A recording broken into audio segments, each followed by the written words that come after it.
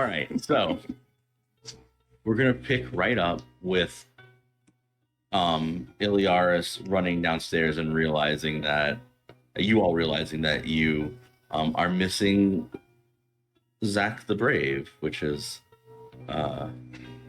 Zelfine's attachment.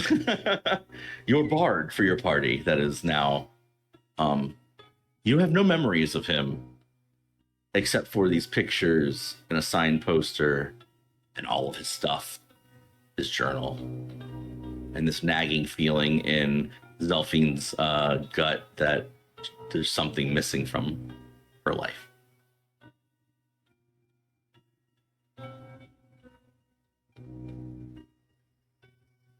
December just kind of looks around at you all. Is he coming back? Where are your shoes? Points to Caden. So what you're saying is I had my shoes when we left? Mm-hmm. Okay. I wouldn't let you all Good leave. to know. I wouldn't let you leave bootless. It's like mucky and hard out there, and you know. I know. So, you remember Zach? Yeah. I was really excited. I got all the signatures. He's still holding his poster and kind of like slowly begins to roll it up.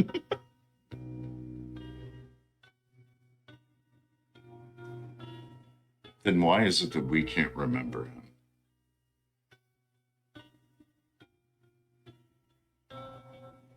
He looks around. I don't know. I'm sorry. We've noticed it in this place and, well, have experienced it firsthand that this place tends to play on memories. What, the Do town? you have any experience with that? I don't think so. December, I'm gonna be honest, we don't remember leaving here. Oh, no, like I said, you were all hyped up to go and look at this thing, and then because you were bouncy, and our two cats were done laying by the fire because I don't know, that they got the zoomies or something. I think that's the word you used.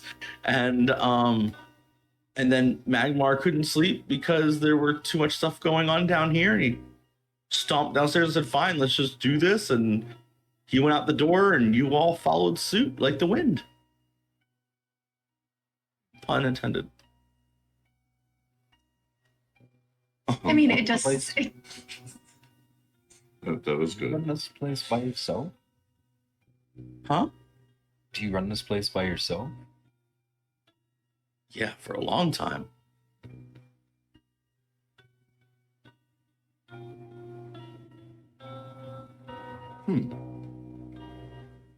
I used to have one of the younger gentlemen used to, when it's not harvest season, he'll come and help me so that I don't have to be at the desk 24/7. But I mean, there are just some, honestly, we don't have a lot of travelers, so I just get some sleep in the side room and lock up most days. But because you're here, I'm just sleeping at the desk. Well, thank you for your hospitality. Oh yeah, I'm trying Hmm. my best to be as helpful as possible. You guys, the Ashen Halo being here is crazy. Who's the person who typically helps you? Were they here earlier? No, it's really close to harvest season. It's one of the younger gentlemen from one of the households. His name is Ian. He'll come later in when it gets colder out, after they harvest all the stuff. It's getting real close to when they have to pull down all the stalks and corn and pull in the food for the winter. Huh. I know this is a pretty big ask, but you mind if I use the kitchen? They're a little bit tired and think everybody could do with some coffee. I could get you drinks, but yeah, you're welcome to. I mean, use the kitchen. It's yeah. I mean, that's fine. Don't judge me. It's a little bit of disarray. Oh, I would never. No, of course not. I'm just everyone likes their coffee in very particular ways, and instead of going through and making someone else make them, It's I okay. can do it myself. Sure. I'm just a bigger guy, so it's harder for me to see into the little nooks and crannies of certain places. Think Iliar's pats the star. You don't have to tell me about being a big guy. As he waddles on in. You want some help in there? Sure.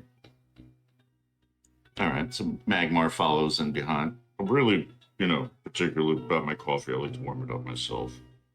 He just holds his hand. Like, kind of Magma starts to, Yep. and just like flash the thumbs up. It's it's now pretty early in the morning. You guys have missed the night of sleep that you should have had, but you can hear the rain start to pull down a little bit harder on the outside of the place. You can hear low thunder in the clouds. It hasn't started becoming lightning yet, but you can hear the distant rumbles. It's gonna be it's gonna be a pretty heavy storm, daytime into nighttime. You can tell by what's going on. Caden's gonna go over to Zelphine and put her arms around her. How you holding up? How can I not remember one of us? It hurts.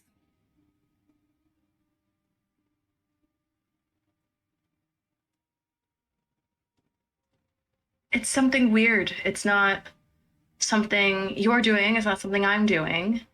It's not something any of us are doing. We would never willingly forget. But there's something wrong. I'm sorry.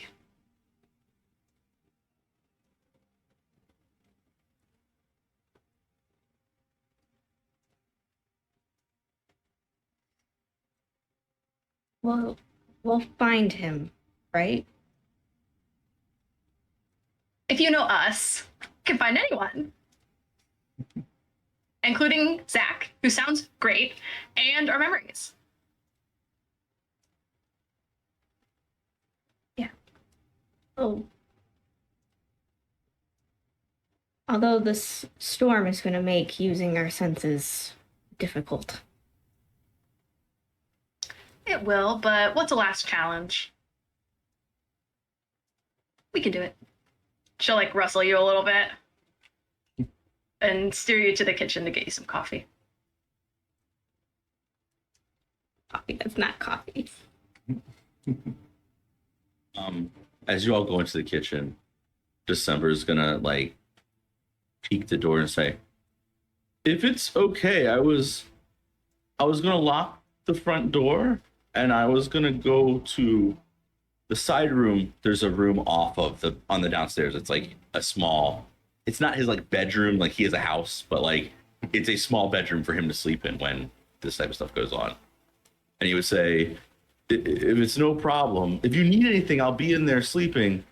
There's only one door in and out, so just knock." Or just come get me. I don't mind. I'm happy to help in any way possible, but I also am really, really tired.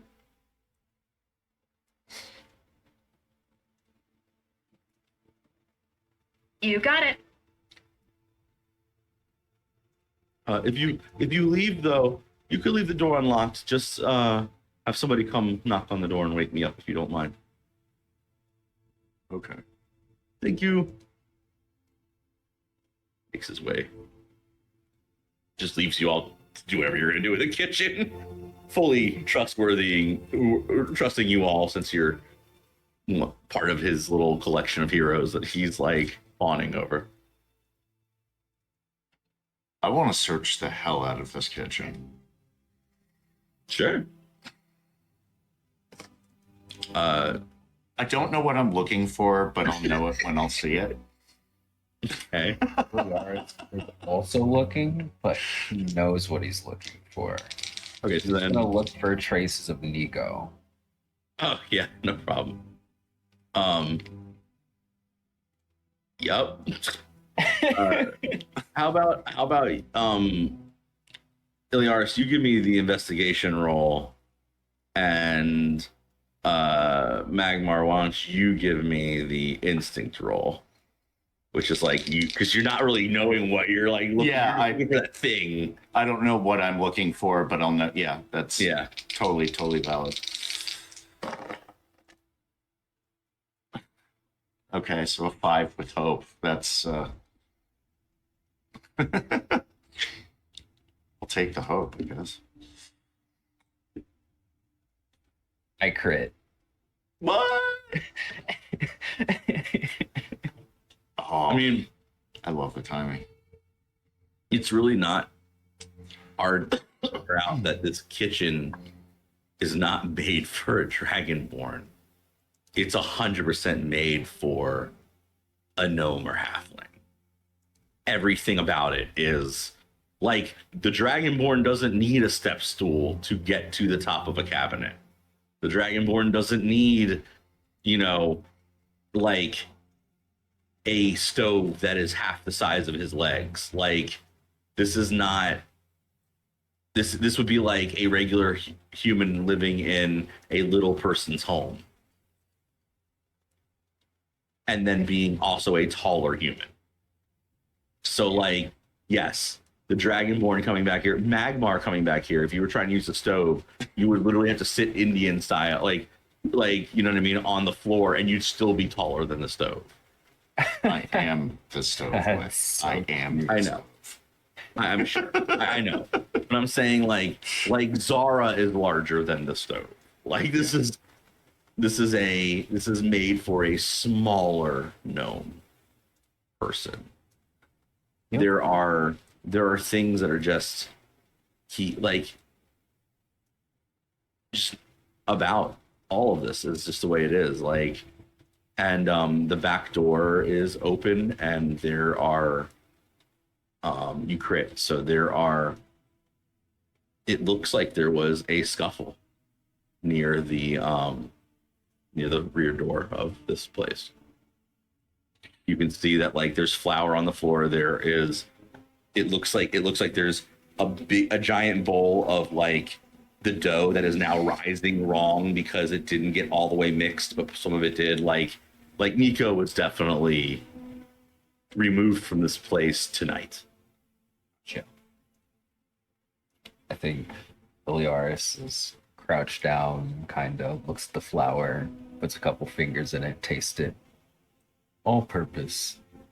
Reaches over, and he left the lid off his starter.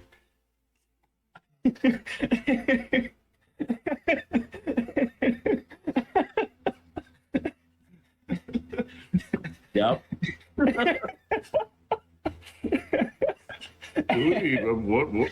What are you doing over there?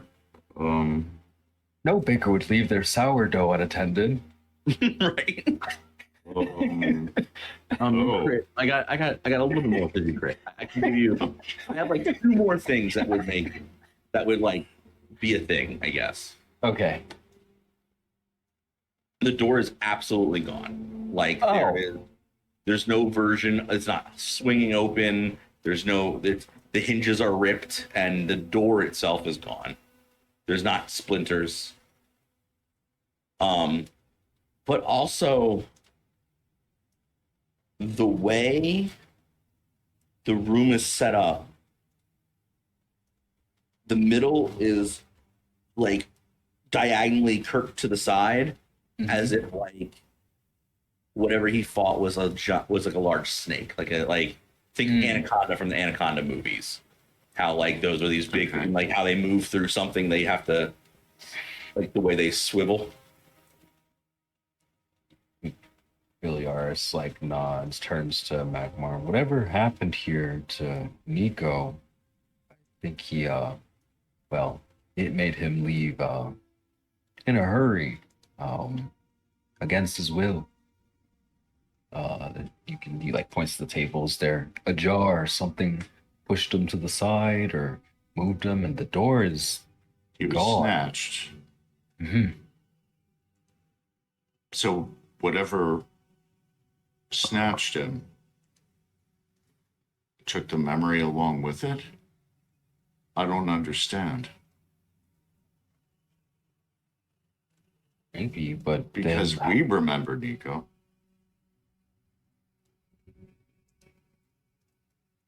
But December doesn't seem to. We should go find the girls. We'll walk in. Here, check this out. Beliaris Points to the door and, the dough and just the state of things, Ooh, What someone did got we in a found? fight. Would both the girls roll me a presence reaction roll? Mm. 22 with hope. Nice. Ooh, nice. You're killing it. I know it doesn't matter for reaction rolls, but I have to say it because I don't roll with hope often. Manifest. 23. The ball's rolling up. The 23, it would have been on fear, but since it's a reaction. No, great job. Continue.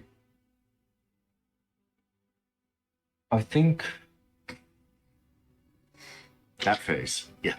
What do I get for my 22? You continue. Rude.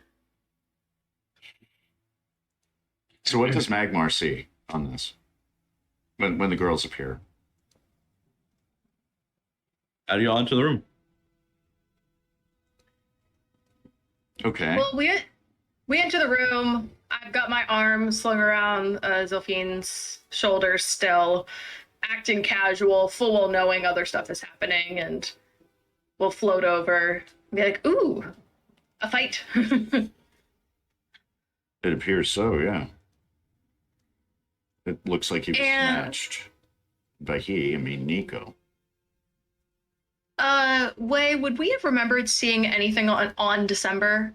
Like, can I stick my head out the door and see if there's leftover flour where he was standing to make sure if there's, because like flour is like glitter. It's gonna leave behind a mark.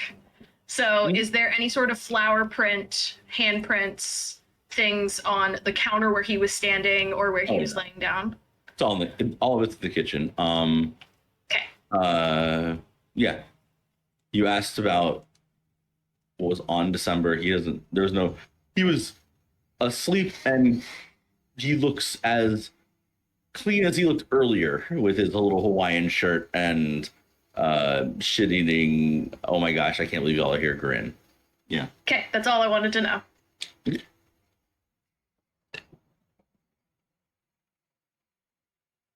So what do we do now? there is a pattern, I think.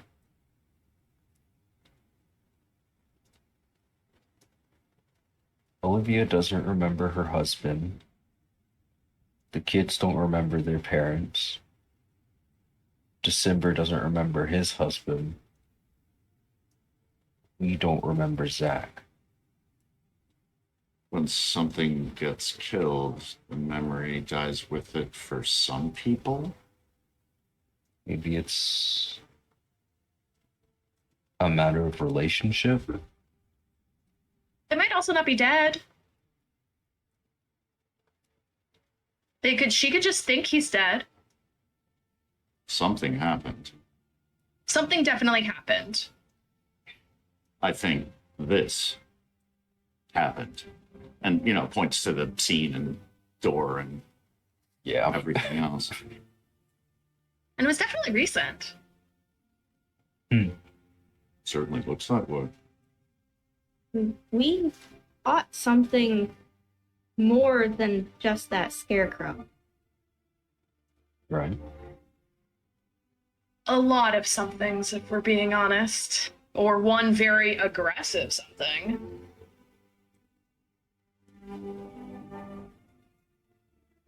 It didn't seem that bad.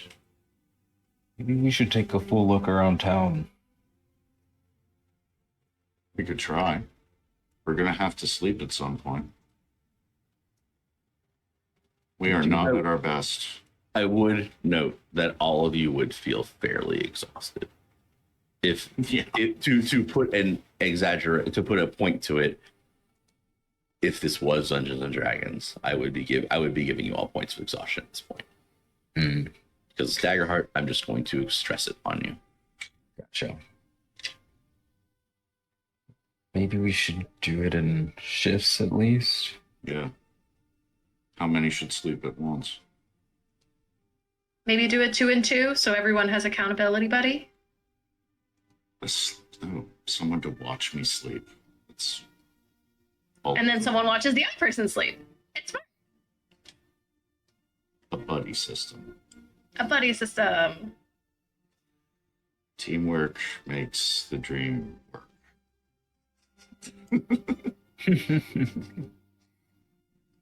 Plus, if something does happen, at least having a partner to handle. Or see what Will be- happens.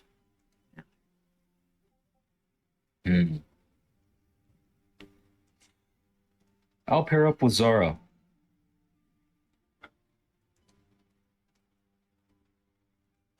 Okay. That was kind of a given. She's included in your +1. Zara's her own person. She's an independent woman that doesn't need a hunter. Totally right. You also then need a buddy. Because Zara's your buddy, so someone needs to be Zara's buddy. Well, then we're out of people. Accountability, whatever. Accountability buddies! Buddies. Okay, I guess I'll count with Zara. Magmar, I know you're exhausted. And I'm not just Zilphine, exhausted. I'm fucking exhausted. you are clearly also very emotionally troubled. Would you all like to get the first round? And I will stay awake with Iliaris and Zara? Oh, it'd be great. I have plenty of stories to tell. I love your stories.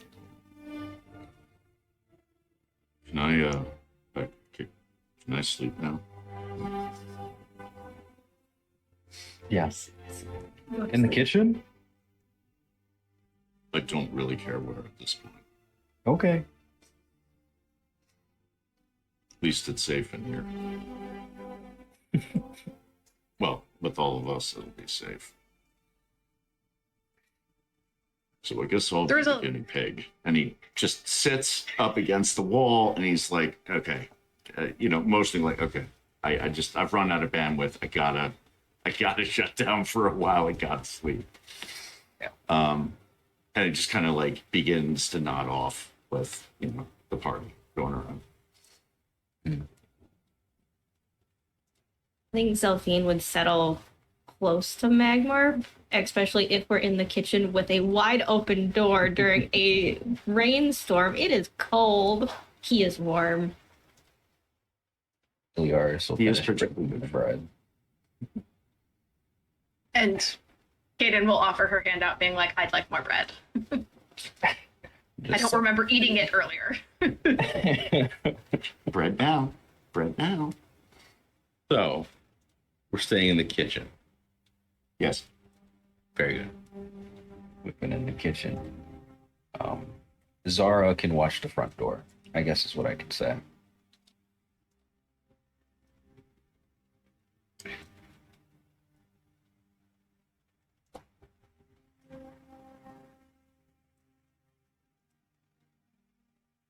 Okay.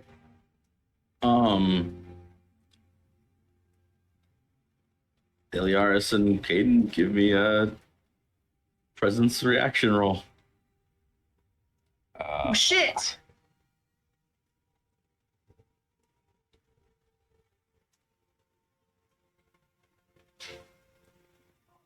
Do I want to spend an experience in this? Mine's a 17 with hope. Yeah. I'll expend an experience called I Won't Quit Now. And give myself a +2 to the roll, which is a 15 with hope technically, but it's a reaction roll. I'm going to spend a fear and add the experience Discord to my level. Level of what? What you're rolling against? Shit. We should have left. So what? What did you roll there, Iliaris? I rolled a 15. Very good. Pretty good.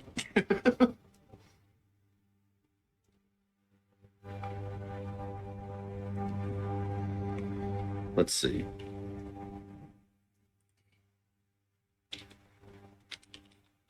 Magmar and Zelfine, you both come to in the middle of a field holding giant sacks of sand and people yelling thank you, and you are current. There's a giant wall of sand bags that are in front of you.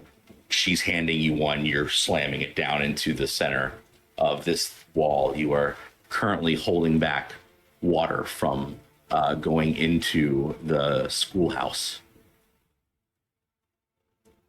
It is nighttime again. Mm-hmm. So it means you've lost a day. Iliaris and Caden, you are currently stacking sandbags at the edge of the foothills. Caden, you look up and a little girl is running into the woods with a large, some kind of metal thing she's dragging, and you watch as underneath that one large cut, she hits to the side and this big thing goes and cuts a giant cut in the tree. And then she comes running back. And before you can say anything, a group of other people start handing you more sandbags for you to put into this large wall. They're thanking, everybody is being thanked for helping save the town. This is one of the worst storms they've seen in many, many years. And they would have lost tons of crops. And apparently some of the others, for you two, Magmar and Zelfine, you are being pushed by what looks like a landslide of mud being pushed down up against the schoolhouse, and the schoolhouse beginning to rock sideways to the point where it might give and fall apart. And there are people yelling, we need to save at least some of the books.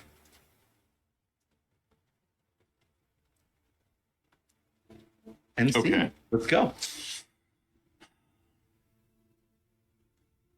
Magmar runs inside the schoolhouse. Yes. And he is going to attempt to shore up the wall. Okay. As you run in, you would see the teacher, the Mr. Henry. He was the one who was getting high the day before. He is also like starting to like board, like he's putting beams on the wall and like but he's also got this big bag and he's throwing certain books in there. And he looks at you and goes, I just want to make sure the history books, at least of the town, are safe. Like it's the only written history of this place. But I have nails and wood, and if you tell me how to help, I'll help you. That's so fine. Let's talking more loading. I got it. Okay, go. And he like is doing what he can. You start to like shore up against the wall, and I'm going to use a movable. All my feet are touching the ground. It cannot be lifted or moved against your will. That's fire. I'm not going to make you roll strength then. I'm going to have you just and push this wall up against it and hold it there. This is what he In does. front of you on the wall is the roster for the children. So I see this as You're holding the wall up, and you're holding it there for long enough that you'd have nothing better to do than look at what's on the wall in front of you. okay. So you can see the roster for the children, the 22 children that should be in the class. Mm-hmm. And Over the course of the past couple weeks, it just stopped. It looks like it stopped getting taken. Like they stopped taking notes of which kids are coming to class. Like there's stars in the beginning, like they given the kids like gold stars for Right. attendance, and then it just stops halfway through the month. But you're there long enough that you can take note. There should be 22 children in their class. okay. And I can get a sense if this was a couple weeks ago Mm-hmm. when they started taking roll to what was the roll period started- of time between when the roll started and when they stopped taking The it? roll would have like been like it looks like the first couple days of the month they were taking a roll, and then it just Right. stopped completely.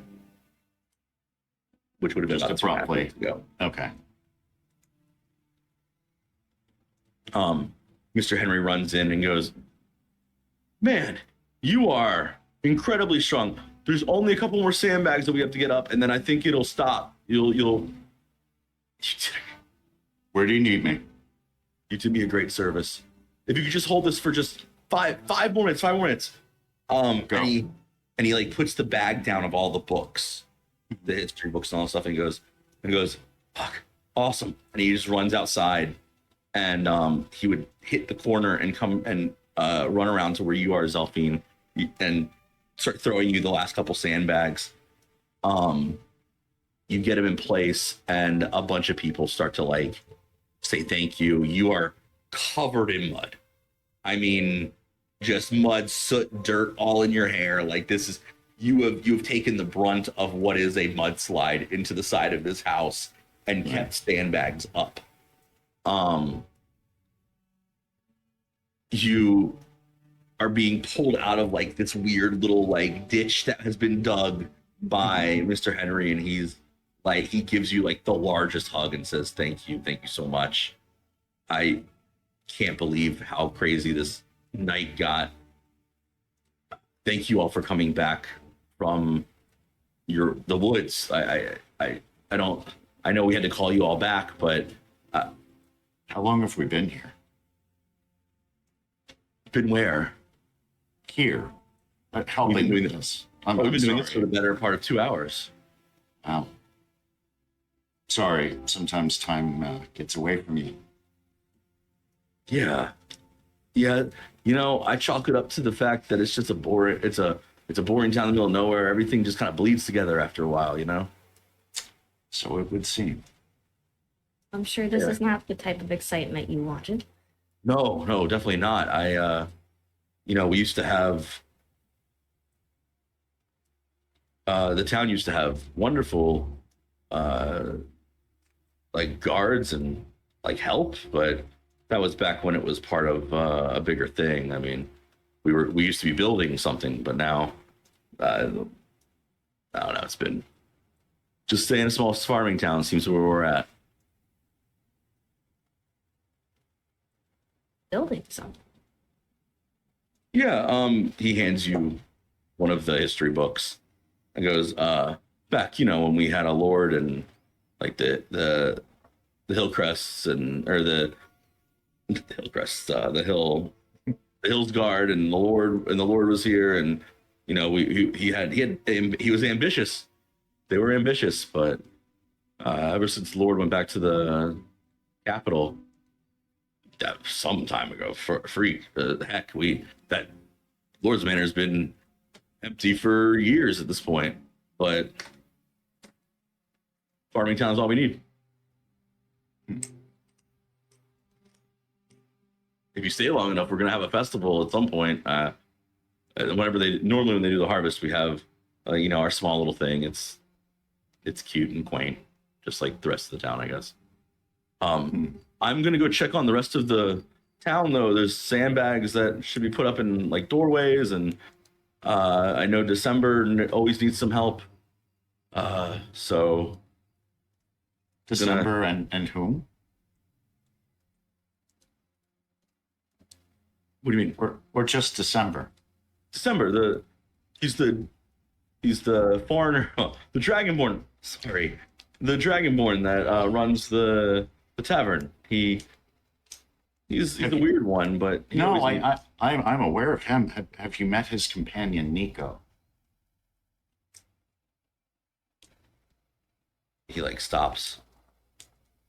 You know, he does have pictures of a gentleman, but I figured that was part of his past life before he came here.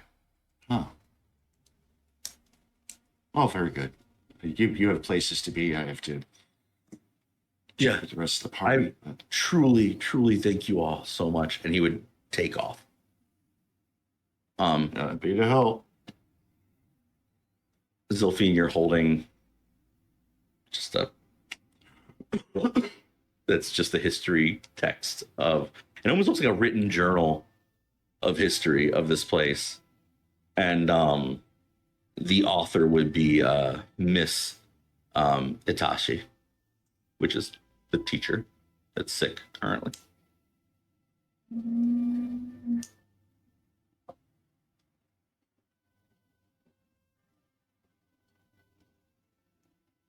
Do I open the book or do I go find the others? You know, there's a saying about cats and curiosity.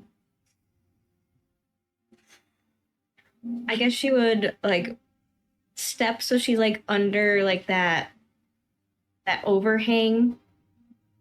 Mhm. So then the rain doesn't ruin the book. Of course. And just like flip through it really quickly to see if there's If you were to, go ahead. yeah, anything that'll catch your eye about, especially like the Hills Guard, the town, like what was being built. The last thing written about the Hills Guard, as you thumb through it real fast, like I'm not going to give you a ton of information, but the very last thing written about the Hills Guard family is that Lord Oakshield, about a month ago, was the person who wed Olivia to her husband, who is named Cole. Cole Hillsguard. She married into the family, and Lord Oakshield declared that everybody would have a very wonderful dinner the next week, and he's the one who set their union up. And after that, it just talks about her feeling kind of weird, the writer of the book. And then the last 4 pages are scrawled very heavily, harshly written in almost like if she's like just getting some writing off in the corners or whatever. It's watching, silence, why do you ignore it? And then just large ticks as if she's counting something. And then the very last page says look, and then it's torn.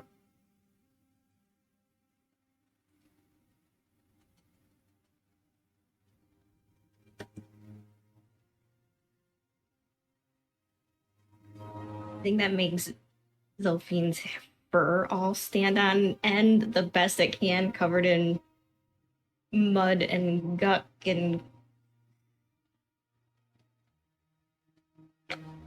right. We need to reconvene. I will transition to the others now at the edge of the town. Caden and Iliaris, you all are just getting the very end of this up. There is 3 or 4 farmers with you, and like a mess of children with like little buckets just like throwing water over top of the sandbags like on the other side.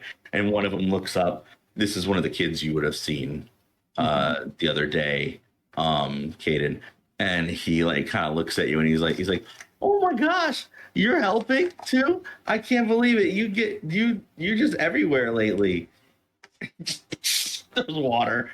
And he looks over at one of the little girls, throws water at her, and he goes back to what he's doing. Like, these are kids having fun, basically, not knowing how dire this actually could be. Good. Oh, well, I feel like I've been everywhere as of late. We saw each other, here by the well. Now you go. You say a place you've seen me. You went and checked out the other house the other night, right? Last night? We could see you all come down the road and pass our house to go to Lily and her husband's. Yes, we did go check that out. And I mean, they're the parents of one of your classmates. Isn't it supposed to be like a Mr. and Mrs.? Like, everyone's so informal. He gets this glazed look and throws the water and then says, "Oh yeah, Jenny's been staying with us for a while." Throws water. Huh. Yeah. Goes back to what he's doing. Well, where else have you seen me and my friends? We're having such a good time in your town. Shrugs. I don't know. And then he says, "We had to stay inside today because it's been raining." It's And then, really rainy. One of his parent, Ian, who's a much younger guy. This kid was probably born around the time that he was like 14 or 15, if I'm being real.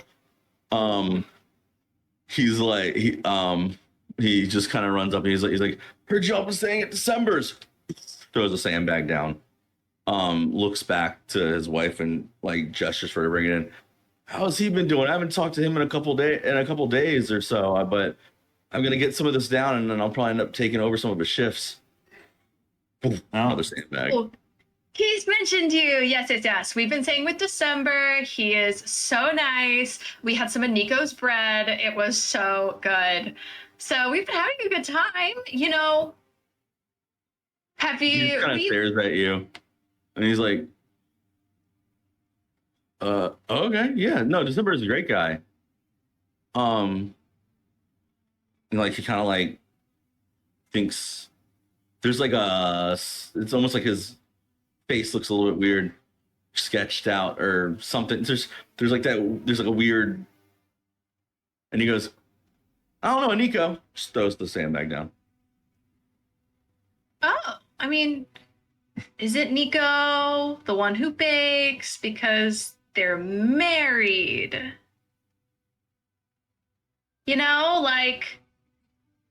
Da da da da da da da. No, I haven't. Nobody's. I think I'm the last one to get married in this town. But no, I don't. He kind of stops. He stops and his wife runs over, and she's like, "And come on, I would like to go back inside at some point tonight." And she looks around and goes, "Kids, go inside." And he the two of them run inside, laughing. He's waving at you. It's the two little boys. And she shakes her and goes, "Come, my hand's full already. I don't need a third child. I don't need a third child," and pushes him. And then she stops and goes, "Fourth, whatever. You just be a grown up for once." And Ian goes, "God, okay, well, you heard the wife. I don't really have time." But no, December's always been single. I've never known him to have anybody with him. It's kind of why he's such a. I mean, he doesn't really fit into the town, if you understand. Nothing against foreigners or anything, but I don't know why he moved here to begin with. And then tosses you a sandbag and says, "Should be the last one." Big giant sandbag. Oh, it's you. It's ugh.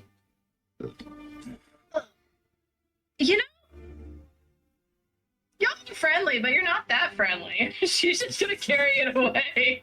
She's gonna carry the sandbag away and try to go find Iliaris, because at this point, she is so lost. She gets it, but she doesn't. and wants to go talk to him, and also wants to try to go find the little girl that made the notch. Iliaris, you are other end of this long thing, doing the same thing. You get to the very end. Nothing very eventful. You notice that the water stops pouring in, pouring off the side of the, like the stream in the river is overflowed basically. So it's now not going to get to the edge of this wood. One of the like larger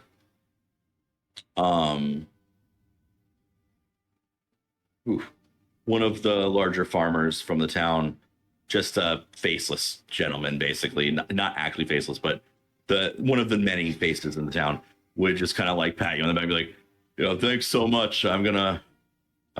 Honestly, if we had just cleaned up this crop like we talked about it yesterday, we wouldn't have had to be doing this. But Billy and or Lily and Jerry haven't been gone for so long that I figured we should at least make sure that their food doesn't go to waste too. This is a great help. Yeah, of course. Happy to help. I mean, while we're here, I mean. Oh yeah, no. And I checked in on their sheep like you asked earlier, so thanks for that too. I didn't notice any of that until you mentioned it this morning. Glad I could help. If you have the little lady, he points down the way to Caden. Make sure she stops in at Sally's shop, and we'll get her new shoes. She is still shoeless. Okay. Yeah, it's unfortunate the timing of it all. I told her she could use mine, but it would make her look silly, and she just kind of laughed and said she'd stay breezy and ran out the room.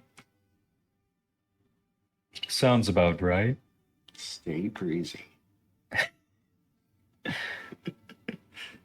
Yeah, she's that one has swift feet, so I'm sure she's perfectly fine just beating it down the bared path. Awesome. Yeah, y'all are God sent. Thank you so much. Hey, You're incredibly furry. If I give you a hug, would you be offended? no, I'm really good at hugs. Well, I guess not recently, but I wouldn't mind one. I mean, I know we're both wet here, but it's raining, and he just gives you this big, like this is like a lumberjack of a man, just gives you this huge hug. Of a bear hug. Yeah. And he stops and he looks over at Zara and goes, "What a great team member," and points at her. And he looks at you like knowingly not to call her a pet. He's already made a mistake. I think Zara, like, even though she would never be a pet, like, he points at Zara and she does like the paw, like gives her paw out to him. And then he just he stops and just says, "Yeah, just make sure like I said, and tomorrow my Sally will happily make sure that those boots are made perfectly." Gotcha. It's the least we can do. Sally's. Heard that. Yep. General store. Right. Thank you so much. No problem. And he just walks back to the house. Yep. Will pat Zara on the side, make sure that her little bald spot is okay, and then keep moving towards Caden. Yep. So I'll meet you in the middle. yeah, he's just, as he walks by, like, kind of points over his shoulder. So you're getting shoes made. So no one knows who Nico is. Who's Nico? Shove. He laughs a little bit. Sorry. Trying to make light of it. Incredibly disturbing situation. I will say, I know when you're lying. I will say that as you are talking about it, you would both find that you can't really place what he looks like. Yeah, he's, In fact, I would almost say that Prodigy, I think Iliaris rolled lower than Hayden? Yes. Iliaris would not even remember if it was a gnome or another dragonborn.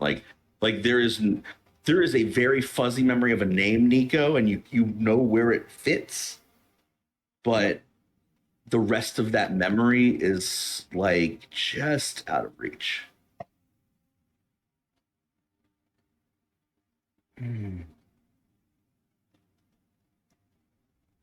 Who is?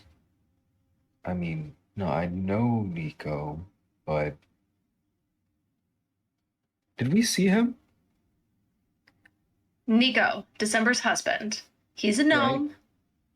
Remember the kitchen? Everything's so tiny. That dragonborn couldn't fit in there. Remember the scene? The door was gone, the flower was gone, everywhere. We saw this. I believe you. Oh no. And they just, and she's forgot her parents. And now what is going on?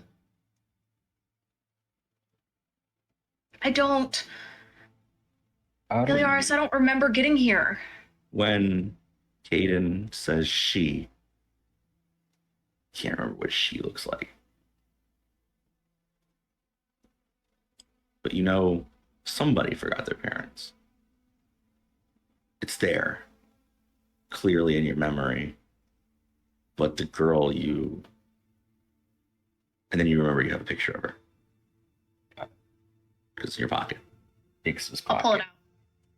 And you're like, yeah, this little girl.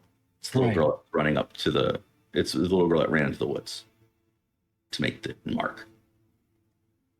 Oh, I think the days are getting to me. I would also say that both of you are terribly exhausted. You have not slept in 2 days. Almost going on 3 if you really think about the fact that you were traveling and you were awake on top of the caravan and you all did a bunch of moving. You have no idea how much running you have been doing. You definitely did a huge fight. You've been put through it at this point. I would say that the 3 of you, including Zelfine, are super tired. I would say Magmar had a short rest.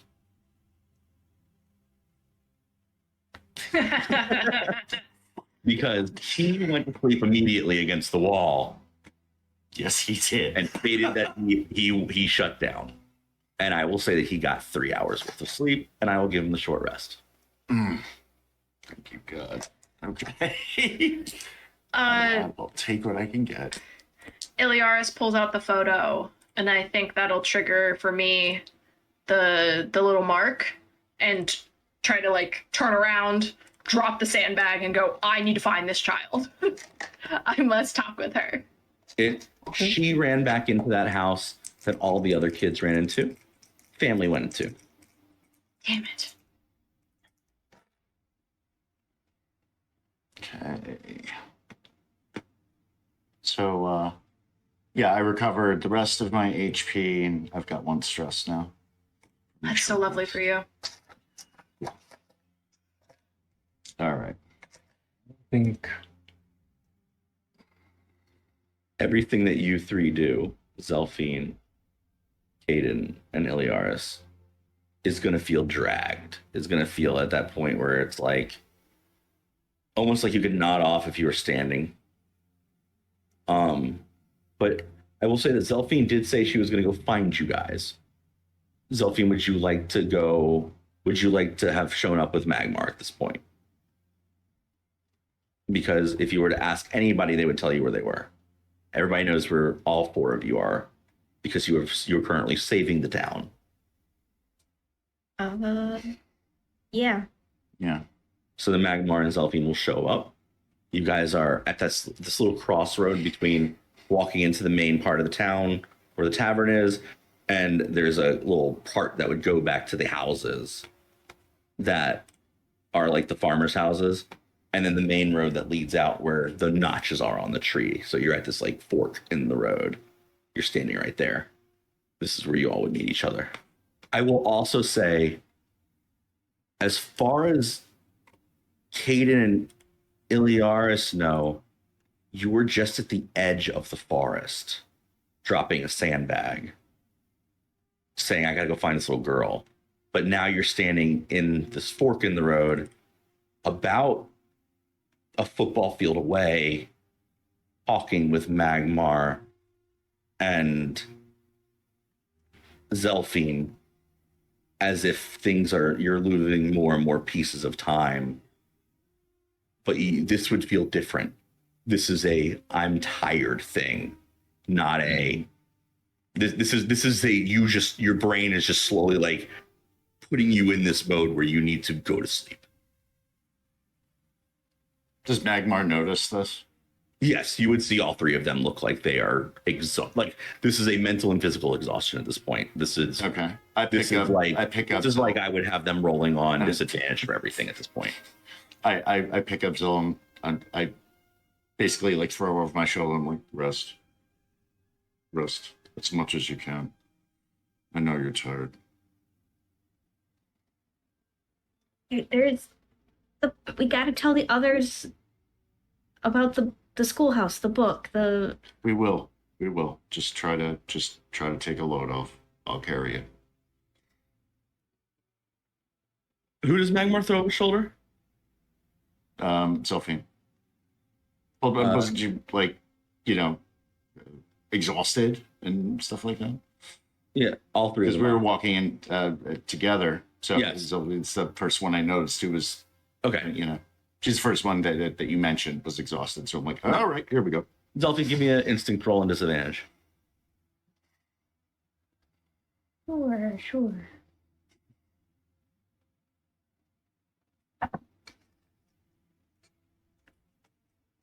Actually, I have a different thing I would like to do. I lied. Zelfine, give me an instinct roll, but replace your hope dice with a D8. Oh. And still roll at disadvantage. No, just roll regular. Regular. Yeah. That's the tone I want to hear. Yeah, because you need more fear. Theoretically, yeah, it is Is 17. He's throwing you over his shoulder and he's holding you, and you turn to talk to him because it's natural to try and look somebody in the eyes when you speak to them. You can't see his eyes because he's walking, but you can see his arm. And carved in the stone of his arm is, why aren't you seeing it? Look up. As if he's carved it himself with his own fingers.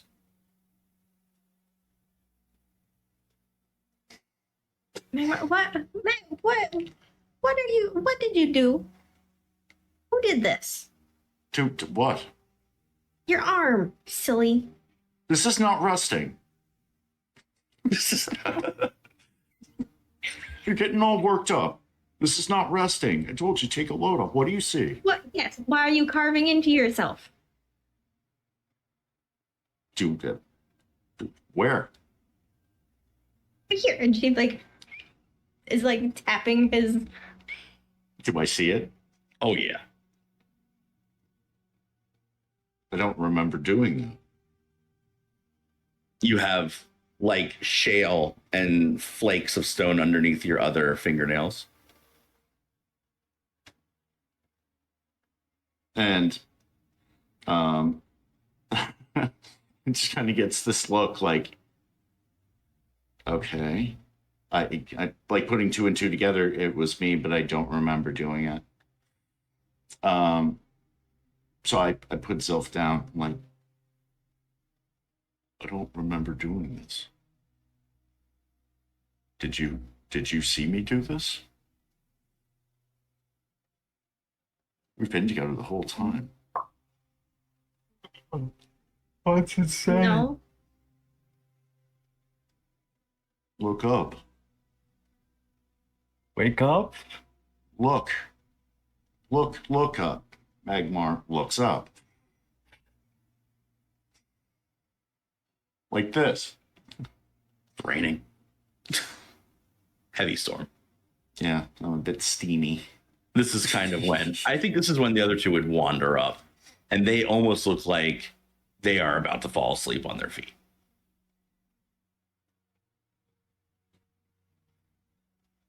All right. We've got a problem here. Mm-hmm. A Well- big one. Yeah. The longer we stay, the more memories we lose, Mm. and we can't sleep. I'm running out of coffee. Yeah. Also a problem.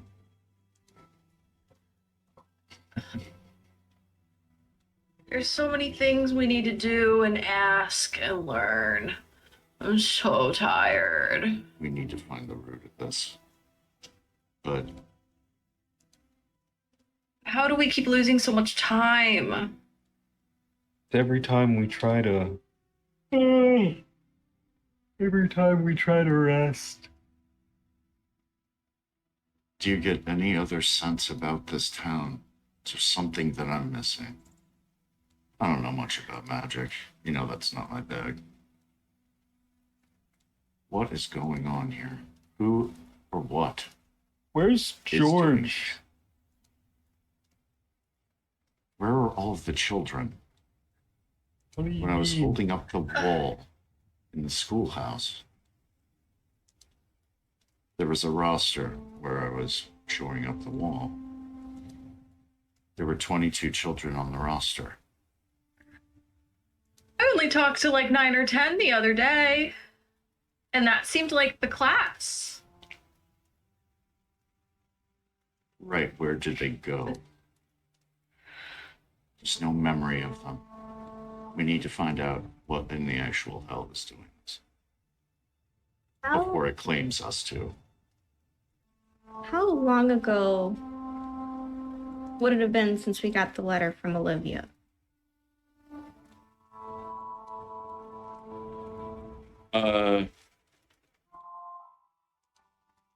Whew. Excellent question.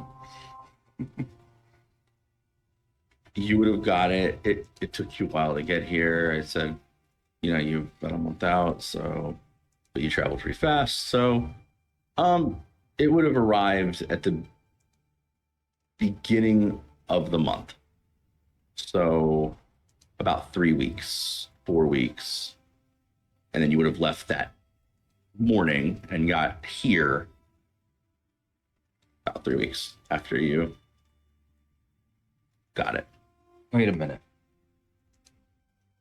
There's a Lord's Manor here. Right? There Are you is. asking me? Yeah. Yeah. Okay. Okay. George said there's no one in charge of town. There was. Well, I don't know how long ago that would have been written in the history book, but there was a lord, at least from the book, a month prior to that. He married Olivia and Cole. Yes, the book, the last part of the book was written the beginning of this month, and then a month prior to that is when Olivia would have been married by Lord Oakshield. So 2 months ago, there was a lord written in this history book. So there was a lord, but now there's not because of George. And Olivia, you said, didn't seem like she knew who we were, even though she wrote the letter but said that she didn't remember it. So I will how would also- she write it? I'm also going to point out that I keep joking that George is not the mayor because he's not the mayor. He's just the guy that everybody goes to. He's not in charge of the town. Right. Okay. He is the, not the mayor. Yeah.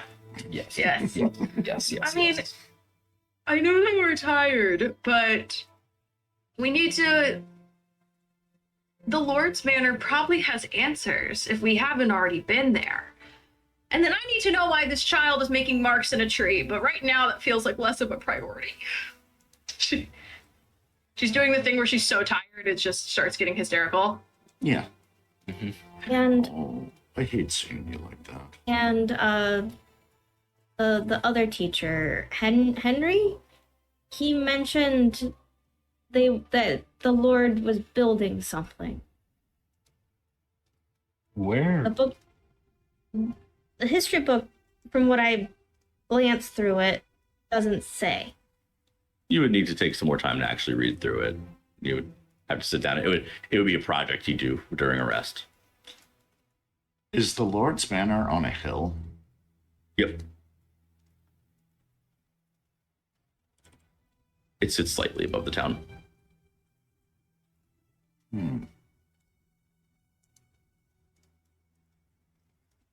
And who's got the letter? Are we missing something? Dig in his pocket, pull out the letter again. Are we missing something here?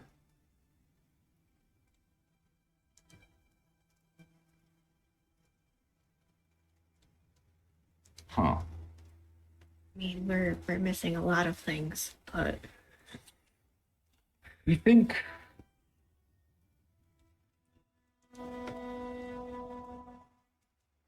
So I guess so you've got the letter.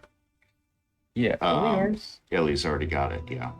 I think he's gonna start walking towards the Lord's Manor.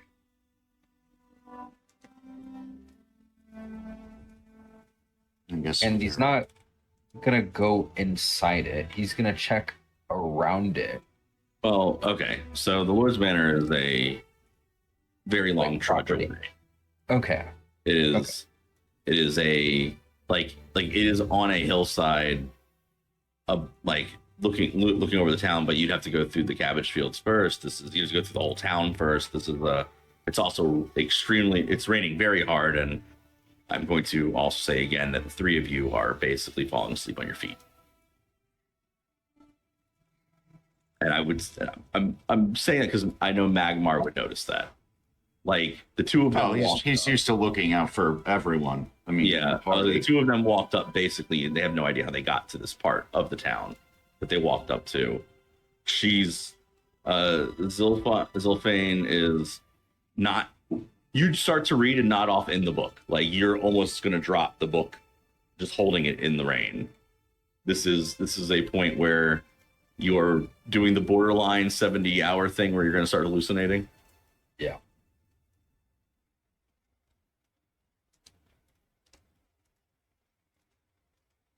I'm not going to stop you from walking to the Lord's Manor. I'm just explaining purely where we're at here. We have to figure out a way to get you guys to sleep. We're not fit to do anything right now. Also, I'm going to also say that Caden still doesn't have shoes on. Wear your kicks, girl.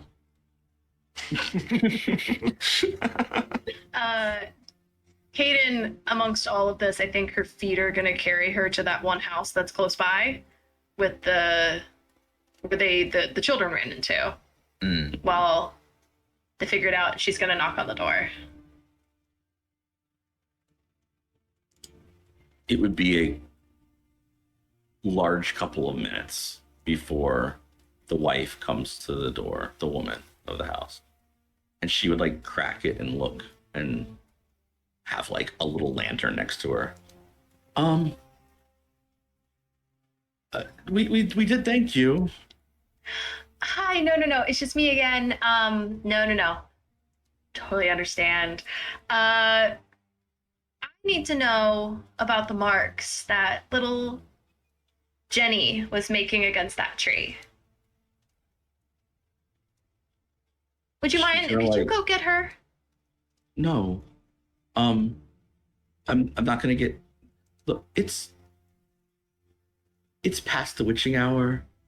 I understand you all have been so helpful, but this really isn't an acceptable time to go wake children up and bring them to be. If you came back tomorrow during the daytime, you could talk to any of the children you'd like, I'll make you some tea. But also, like, it was a long day, and we'd really like to get some sleep. The rain and all this stuff. Like, she looks distressed. She's very much like a mother that is like, why are you knocking on my door at 3 a.m. to talk to a child? Okay, I understand. She'll wander back to the group. Thank you again. And she's going to close the door, and you'll hear all the locks go. I guess I didn't realize it was that late.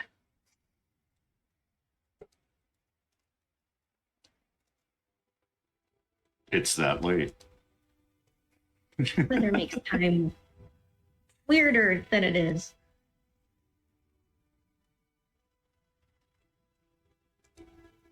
We have to look for some place for you guys to bed down.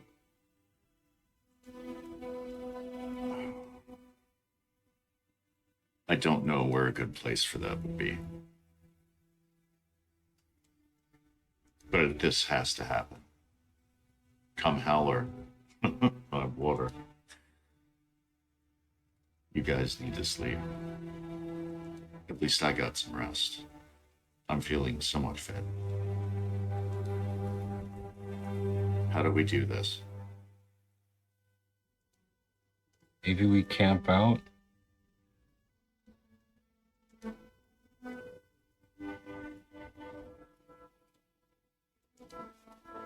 Sounds as good of a solution as anything. I also want you guys to make me a promise, and I'll make it to you too. You ever look into my face and you can't remember who I am, you do your very best to let me know. I'll do the same for you. Mm-hmm. Really? Lars holds out his pinky. Really?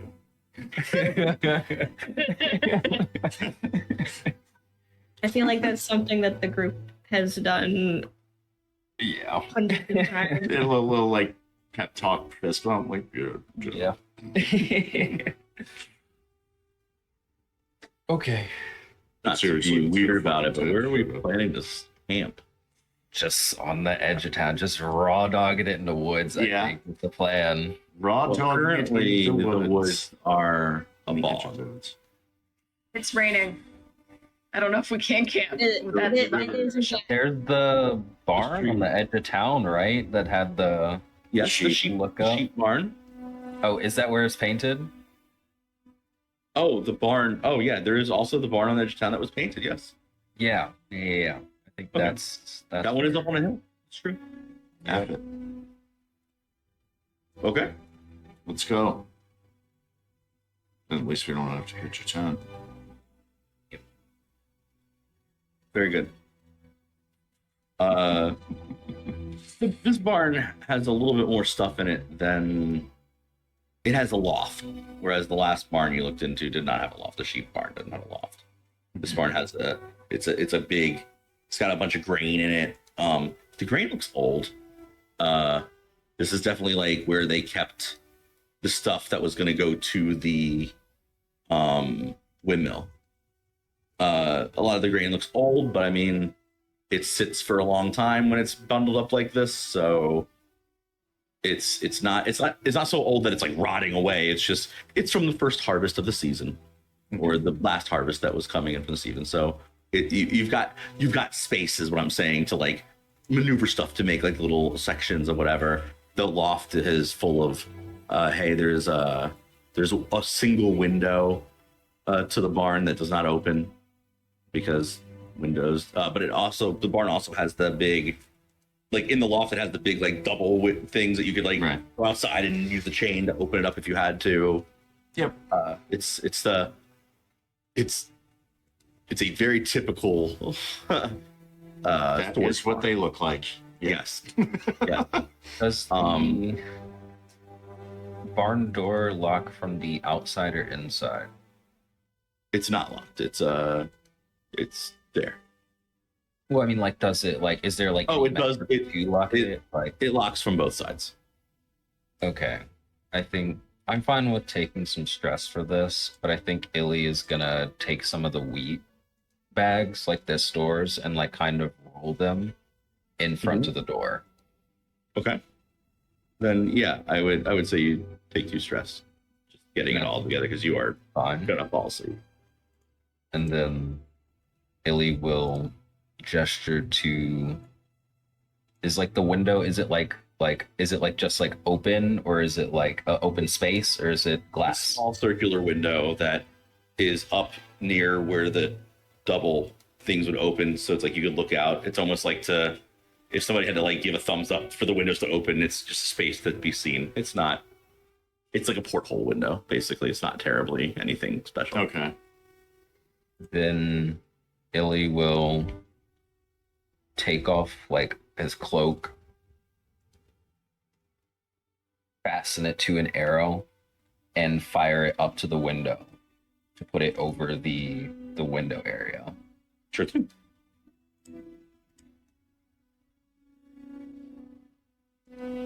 And then he will just immediately go over to a pile and just face down, ass up. So you pretty much you fall asleep in like one of the stalls, like in the corner or something like that. Yep. Just Like are the girls still up? Are you still conscious? Okay. So Magmar kind of motions you, girls, if you can sleep in the corner here. I will post watch. I'll set my shield. I want everyone where the hell I can see them. Oh, what is Magmar's shield made of? I mean, it would be a heavy, probably iron. I mean, he's got an iron tower shield. So it's that's what I'm asking. It's like the big tower. Oh, Like, it's you can big. set it I mean, and, like, it's lean on it type of thing. yeah. I mean, I think of like a refrigerator door. Like, Yes, that's what I'm getting at. The car door shit. Cool. yeah, pretty much. Okay. Cool. So we'll find a stool. The 3 of them are collapsed in a corner, and I just set my shield and I'm looking around the barn. Just, this is what I do, protecting my people, and they desperately need sleep. So I'm doing what I do, and they would be familiar with this behavior for me. Before Selphine goes, like, actually crashes, I think she will just, like, stare at the ceiling, and that'll be, like, her last, like, before she falls asleep, is she's looking up. Mm-hmm. Okay. I don't know if she sees anything, but... Periodically, Magmar will check behind, make sure everyone's still breathing, count heads. It's part of this little sentry thing that he's doing. Talking wise, Caden, you drew the short straw, so if you'd like to give me an instinct roll, that'd be great.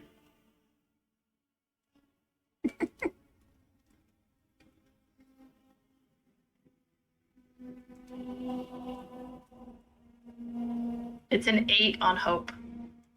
Oh, hope. Well, and 8. You're like you're staring at I'm gonna say you're like staring at Magmar out of this little stall door. I would say that Magmar takes good care of his shit. You all also, you didn't bring I said, y'all didn't bring your gear that was like the god ending, like we're going on the real adventure gear. You brought your backup gear, you know what I mean? You brought the stuff that isn't used as much. So I think that your shield is fairly new. And I explained before that your armor wasn't touched. So why would your shield have been touched? So it's I'm going to say that it is the large door that reflects a little bit of things. And you're staring at it and starting to nod off. And there's a little bit of moonlight that kind of creases through where he shot the arrow through the porthole. Mm-hmm. And you're watching the moonlight on his shield. And then you see it cover up. And then move. And then like flicker. As if something's going past the window really fast. And then you fall asleep.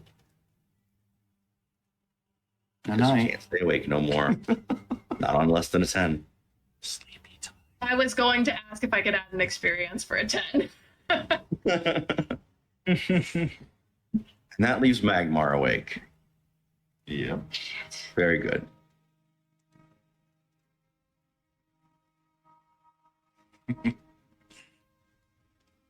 I guess. Roll me instinct. Me. Yeah, All right. if you notice it. Exactly 0 points in this. I'm gonna use a hope and use my experience. None shall pass. Yep. Because I'm in Yeah. such a defensive position. All right, so Nice. that's 10 plus 2. I got a 12 with fear. Awesome. You see her. You see Kaden kind of like pick her arm up and then just fall out, like almost like she was gonna point, and then it's just too much. Like the day finally takes her. It's just too much. But she's pointing at you, She's pointing at me. and so you look down, and the same thing. You see the light shift, and you like look up, and you can only see a crevice around this, because you know he put his cloak up and he shot an arrow, and there's only like a sliver, like the waxing part of the moon on this porthole. It's really fogged up, but something that moves past it really fast. Like it was breathing on it. It's a good way to put it. You put it that way. I certainly did. If this thing had breath. All right. So I kind of, last time, figure if she's pointing at me, I check my arms, kind of check my gear. Other than that, I just kind of let the moment, go by. I'm trying to watch over them. I'm not moving. I mean, she pointed at me. Yeah, I'm here. I saw the flicker. I'm taking note of it, but I'm not moving. Okay. My people. Time passes very normally for you as you sit here and watch these three sleep for an hour. And now you can make a presence saving roll. Or a presence reaction roll. Nice. 13 with hope. Okay.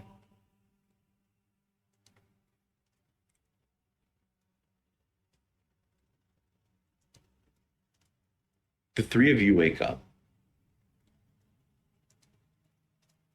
And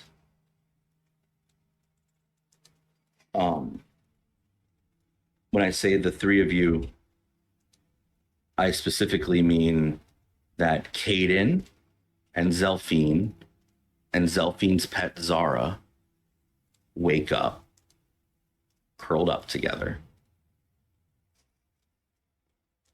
Magmar, you are currently in the middle of the general store picking up the boots for Kaden. As you come to, you're being handed the boots.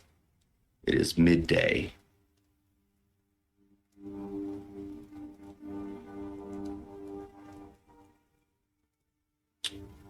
And Iliaris, I will need you to roll me a reaction roll. Okay. Strength reaction roll. And this will tell us a lot about what's happening with you. Oh, damn. I don't like that way. I don't double it, give it to the next person. Not joking. I will add Zach's rally dice to the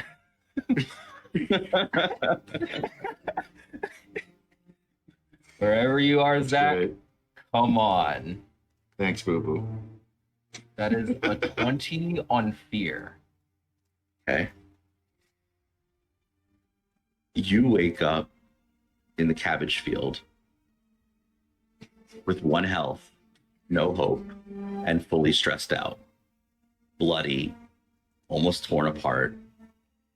I would say that your tail is missing. You have no armor at all. It is torn. Oh. It is ripped off of you. You have shreds of clothes, and you are. It looks like you have been beaten to literally that inch of health.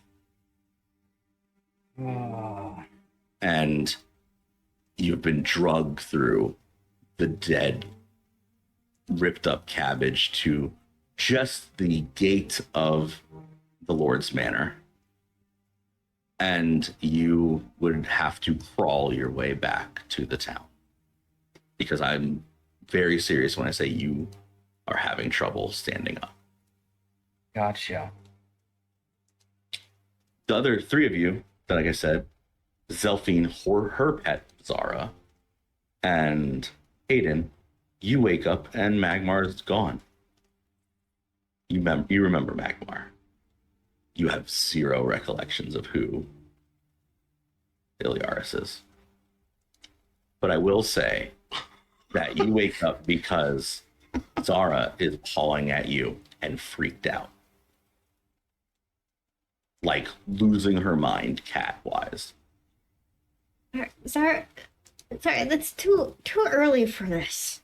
She is pushing you all out the front door that is currently wide open. Okay. Sandbag, or the grain bag is ripped apart. Some of them are singed, actually. Did Magmar do this? Where's Zara? What's happening? Calm down. Where's Magmar? I don't know. I thought he was here when we fell asleep. Can I look around the barn to see if I find him? Of course. You're looking for him. You would see the door to the barn looks very messed up. There are large singe marks and what looks like it looks like if Magmar was to have missed something and slammed his weapon into the barn. There's large like push dents in it, and there are definitely singe marks places as if Magmar had been like thrown against it because, you know, lava. Which would explain why Magmar's missing 3 HP. Because he was bleeding with magma against the barn. Well, Zelphine, this is his blood. This is... How did we sleep through this?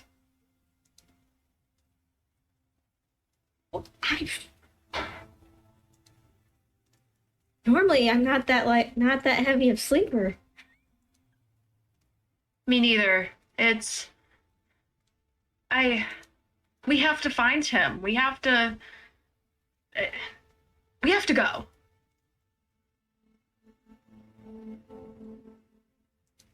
Is there any indication of which way Magmar would have gone?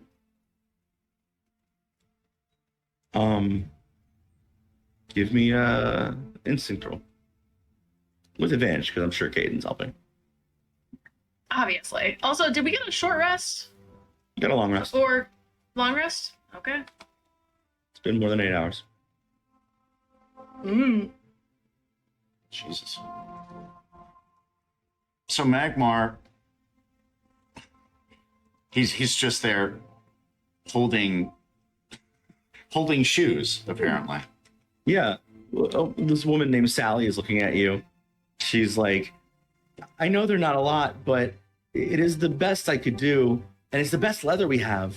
And I worked really, really hard on them. I know that I was a little bit mean to her the other night. I know I was a little bit mean to her the other night, but it just seems so weird that somebody would stop by so late after such a great... That's fine. There's no need to apologize. If you'll excuse me, Sally, thank you for the shoes. I have somewhere to be. Oh, yes, of course. Some place of great import. So remember, we we said we would make you all dinner if you wanted. Have a good one. As you like leave. Understood. Thank you. And Magmar runs back to the barn because it's literally the last place that he remembers being. Right. As you With are shoes in tow.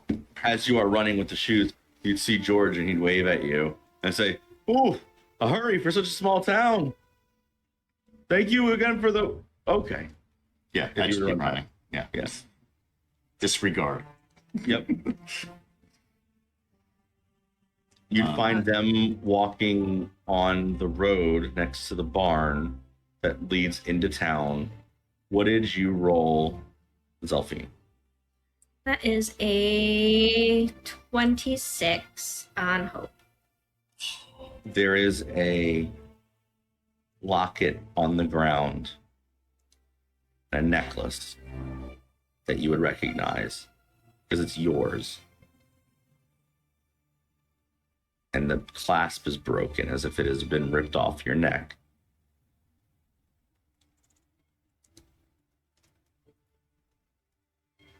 And then you would also realize that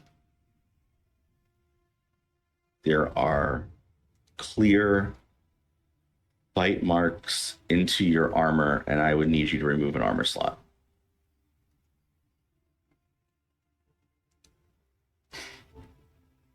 What on earth happened? The locket is of you and Zach.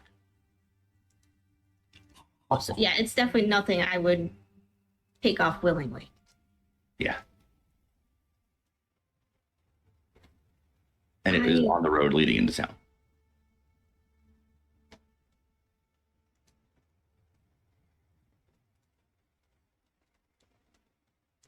You know I don't take this off.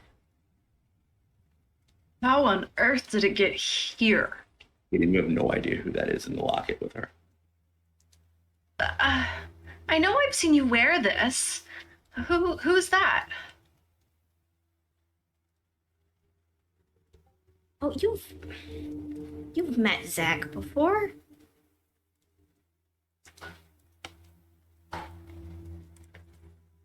I don't know who that is.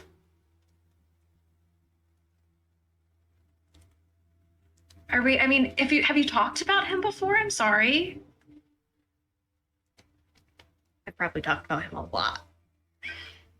Zara is circling you all and roaring and doing all the stuff as in like, hey, fuck this shit. Yes, I understand, dear. And what are you trying to show us? the large gentleman, Ian. No, the large gentleman that helped Caden the other night. He's like in the middle of like bringing wood down the road, like a back in from the forest, and he kind of like looks over and goes, "You two ladies okay?" Oh, we're fine. We're just enjoying the day. How are you? I'm great. I okay. Well, if y'all are good, I'm gonna go. It was really great of you all the other night. We're totally our pleasure. Speaking of, have you seen who we were with? We're trying to find him. He stops and thinks. The fuzzy guy. She'll look at Zelfie and it's like, I wouldn't call Magmar fuzzy. I would. I mean, the shaly parts might, from a distance, might be fuzzy. Oh, It could the be big fuzzy. dude. He stops and goes, "Oh, you mean the big dude?" Yeah. Who did you think we were talking about? The one that helped me 2 nights ago with the rain.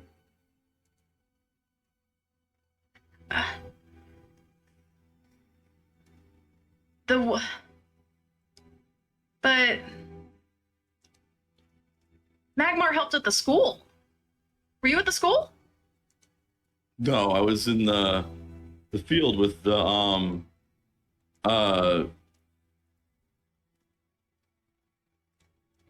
Furbolg.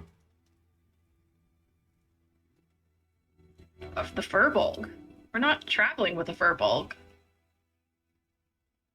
Well, Does that hurt? I mean, hey, I could be mistaken. I don't know y'all's life. I just, I thank you all. Either way, and he like stops and thinks, and it's almost like he has like a headache or something. Like he can sell it, something's wrong. And he goes, "Ugh, either way, I gotta get back. I put this wood down and cut it up. It's the first dry wood we've had since the rain 2 days ago.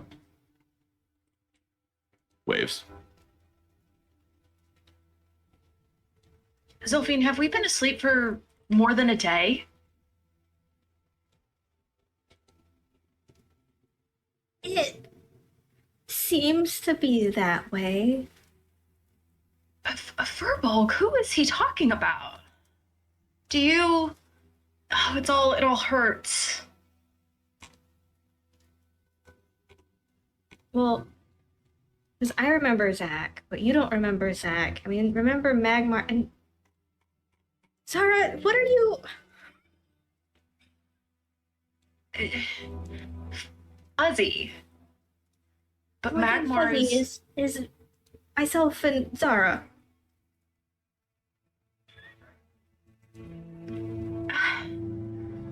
What is happening?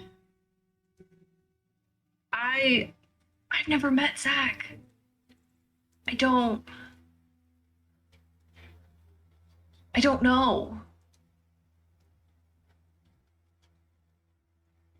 I think when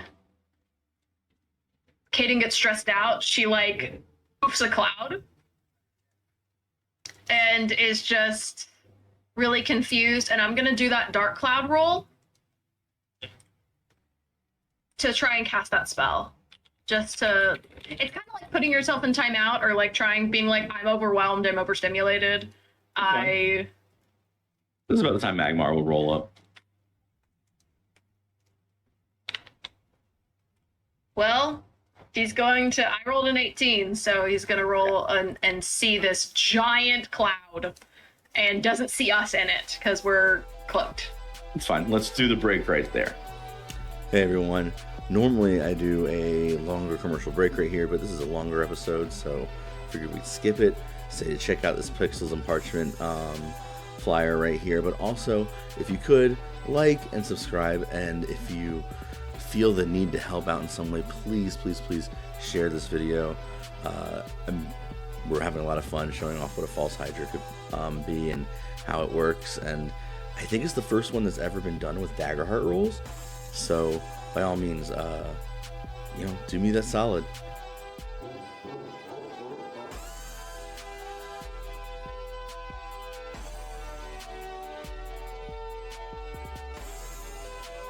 You run up and see this giant black cloud, and you know what that means. Y'all have been together for so long, the three of you, four of you if you count Zara, that, I mean, you know what this is. Yeah. Yeah. So I run up, and I'm going to go into the black cloud and hold the shoes in front of me. Shoes bump into you, Caden. I got your shoes. Magmar, you're back. I just appeared at the general store. I don't know Appeared? what happened. Did you lose more time? I don't know how I got there. I was sitting on a stool and guarding you guys, and then I was just in the general store. With your shoes. Well, here's your damn shoes. Put them on. When did you say that you were guarding us? It was just us three girls and you. Where's Illy? Who? Have you seen him? Who? Iliaris? That doesn't ring a bell. I mean, we did just pass a guy who was asking about you and then some furry guy. Furbolg.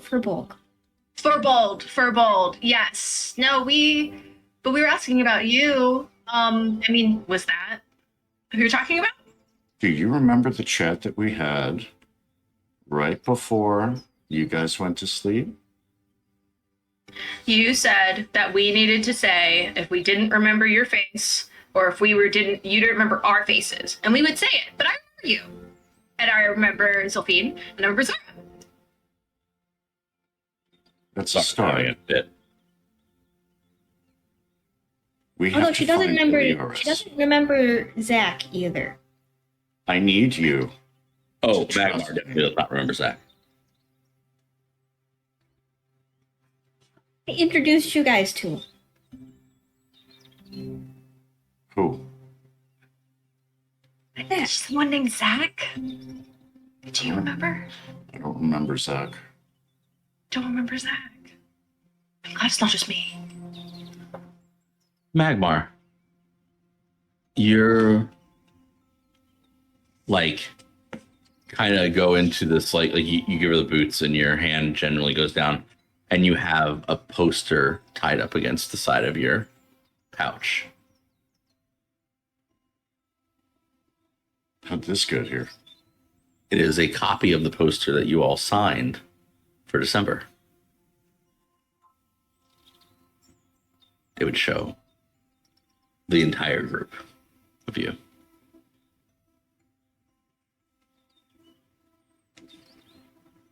And say Nash and Halo. BigDamnHeroes.com. So I take a look at this, and Mike, I would assume that's Zach, and points to Zach. This is Ilioris, right here. When you all look at it, it's vague, but the memory's there. It's hard. It's like you're working through a math problem, but you understand the equation equals out to these people. Do you understand what's happening here? Oh my god. I need you to trust me more than you've ever trusted me before. Always. You know me. I know you. I know her and her. And I guess I know them. Good. Zilphine, honey. Do you remember me? I remember you. Good. Do you remember Ilioris? It's big, fuzzy like him, but there. We need to go find him right now. I found you two. We have not found Ilioris, and we need to find him. If we don't find him, then we will all forget him. Zara is like scratching at one of you now. I'll say Zelphine because the other person, she's like pawing you, like trying to rip your bag off your back, like pulling on you, doing everything possible to be like to nudge you, to move you, to do anything. Well, Zara's very insistent that we go somewhere. At least she's got Yes. an instinct. I trust it. There's We should go. We should go. We So- should go. when a lion I will- roars, it can deafen you. Tigers have this thing where, because Zara's a tiger, right? It's like there's this thing they do where it's like a jolt. It's supposed to like almost incite the panic reflex in prey because it will stiffen them. She lets out this huge, like the loudest roar you've ever heard her do. and she's going to like almost tackle Zelfine out of this cloud. And you know how like cats, their hair stands up when they're being attacked, or like when they see something or anything? She is on high alert, roaring and like looking straight into the air and losing her mind, going back and forth, just roaring. She is fully in attack mode. Caden will dissipate the cloud. I guess that's a question. Did we feel any differently being obstructed? No. You might have felt comfortable because it's your cloud. Okay. And then I put on the shoes. Did I notice anything on my feet? Shoes? No, the shoes are, they fit really good. Great. So I'll dissipate the cloud, and we'll notice Zara's in attack mode. Yeah. And should we follow? Should we? Yeah. Something's happening. She's not going anywhere. It's almost like she's trying to back you all up so she can protect you.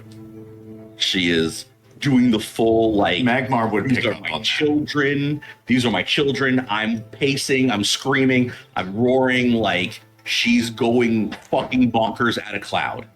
Yeah. Can I cast Raining Blades at where she's looking? Okay. Rain of Blades, and just try and we'll back up, but knowing the cat, I just want to try and shoot something ranged.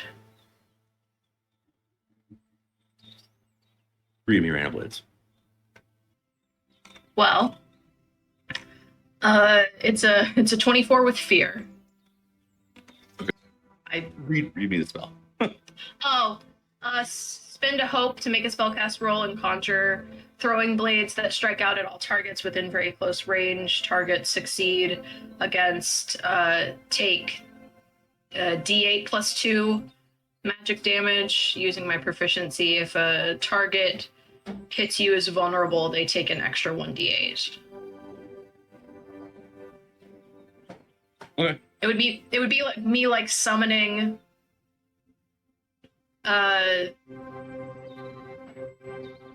blades. The range kind of like a fan. The range on it is very close. It does say very close. To 10 feet. 5 to 10 feet, I think. It would be straight in up. a circle. Yeah. It'd be straight up half circle. Yeah. Nothing really changes. Zara would look back at you almost like, yeah. like she's like, great. There's like she calms down enough that she's not like spazzing out now, but it's more like she's just glad that somebody else is at least listening. Magmar looks up. It is a beautiful day, like the day you got here.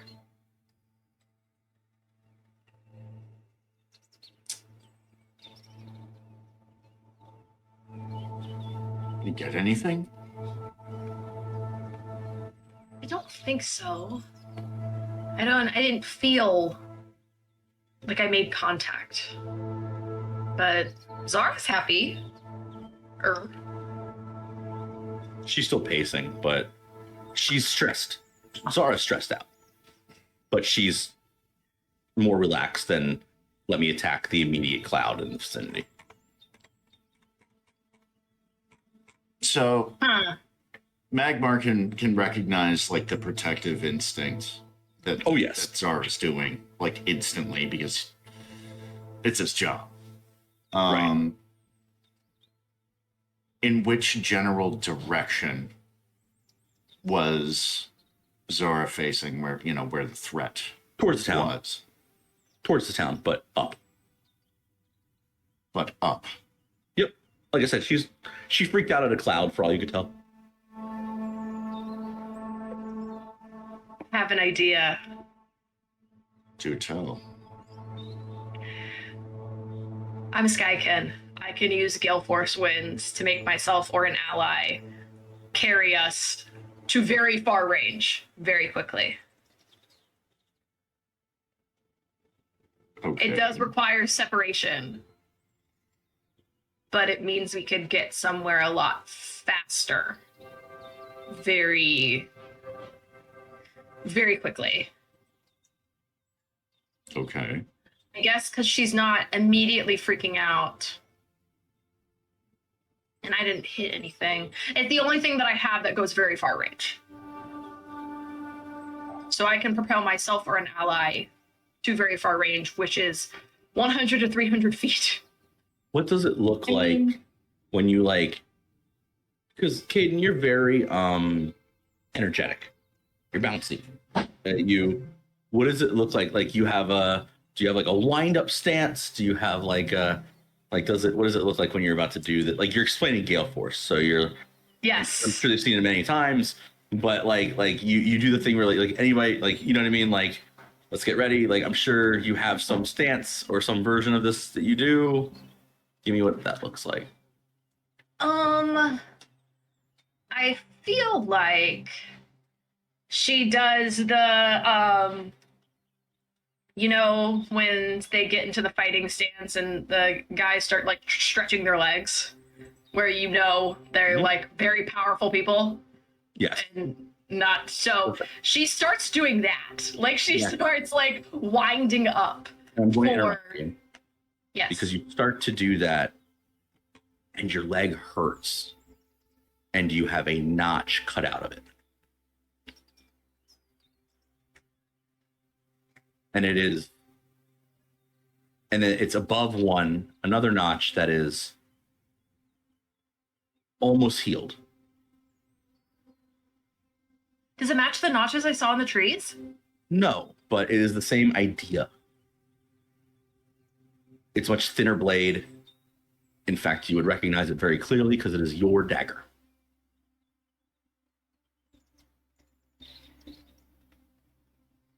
And your dagger would have your blood on it.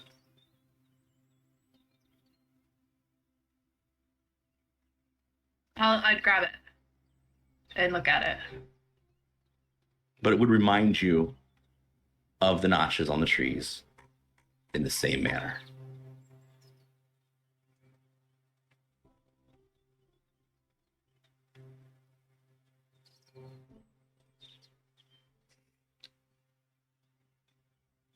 Damn. And then it would click that you meant to go talk to that little girl, probably. I need to go talk to Jenny. Okay.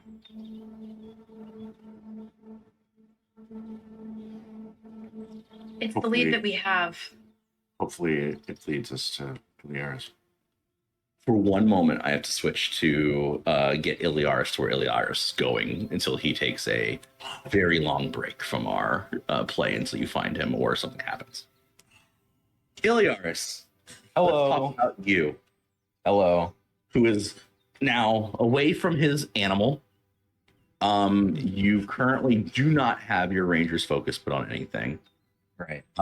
You are out of stress. You were completely stressed out to the point where you were vulnerable. You have 1 health, and you are crawling through a cabbage field that has all but rotten over. What we doing, buddy? My rotund little guy. So I have none of my stuff on me. Your armor's broken. You do have your weapon. Your armor's broken as if it has been ripped off of you. Okay. Whatever fight you were in, you literally have this 1 HP, and you have no idea how you got away from it. You have large, flat bite marks all over your body as if you were fighting one of the Titans from Attack on Titan. Would he have like his like quiver, like little like sack, everything? It's like missing arrows, probably. I think you're definitely missing arrows.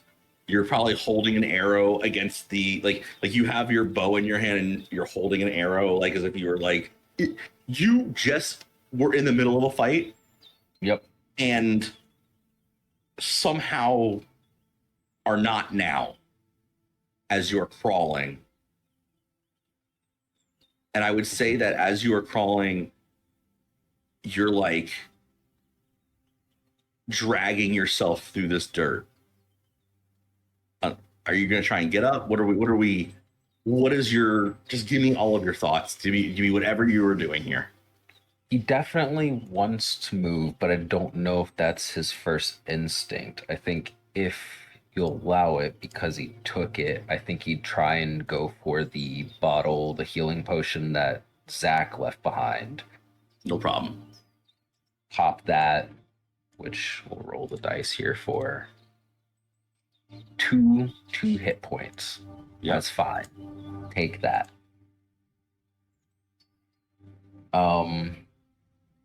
Not really in a state to walk, from what I'm hearing. You would notice that your face, at least across your eyes, is covered in blood. And it is not yours.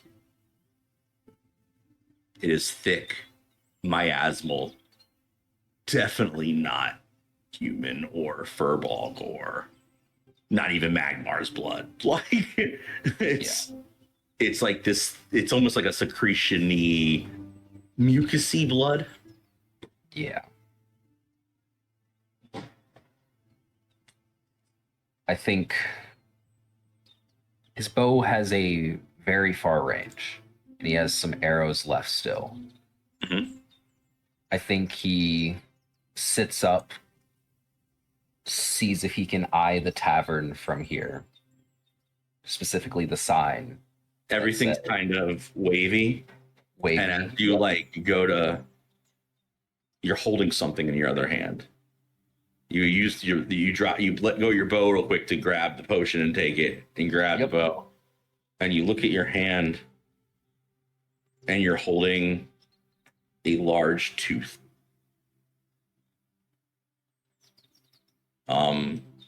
About the size of the microphone. Flat on top. Looks human.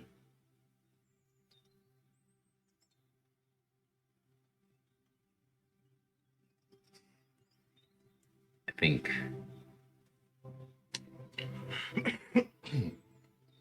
not much time if you can do or get anything off.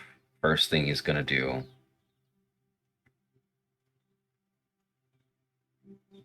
I think the range of this will probably drop, so he won't attach the tooth to it, but he'll just take that blood that's on his forehead, wipe it onto an arrow, and just fire it into town.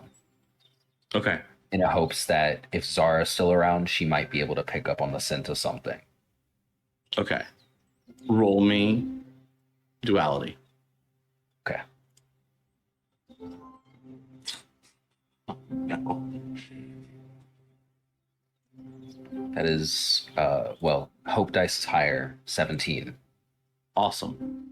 It'll land past you clear the town. You pull hard and it just, you know what this looks like. This is you hitting your full, like this is all your strength, and because you do that, you slam backwards. Yep. And it'll clear the inn and land on the road on the side on the way to the inn. And you will thunk backwards and realize that you're still up.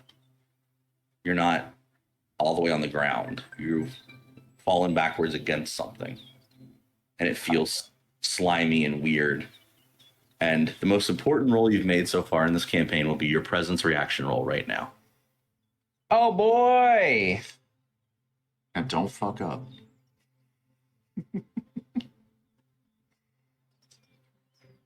And before you go, I am going to spend a fear to add vicious for +3 to my difficulty. Damn. I'll spend a hope here. Actually, I'll make that. I take it back. It'll be the experience sense movement for +2 instead because you did the arrow. Okay. Gotcha. Yep. I'll spend a hope for Noble Mind, Wild Heart. Yep.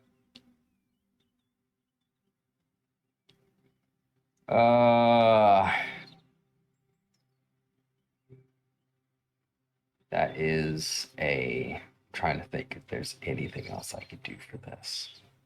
God damn it. Oh.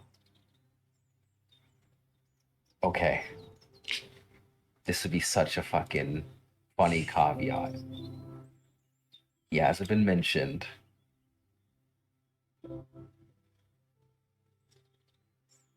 And I'm fine with this going poorly because this is just a 17 on hope. I don't know how well that is, but Captain Crunch is still out there. Mm-hmm. And if this is his final moments, it'll just be take them here. Okay. The squirrel looks at you and gives you a nod and takes off and doesn't look back. Behind him here, a large crunch and slat and blood splatter. And the back of his tail will get hit by your last moment. And Captain Crunch will take off into town, looking for the rest. Oh, shit. And I will thank you so much, Iliaris, for being part of this so far. Thank you for having me. Yes. If we are going to have you turn off your camera, we need to take a pause here for a second. She's recording. Anyway, to you all at the crossroad.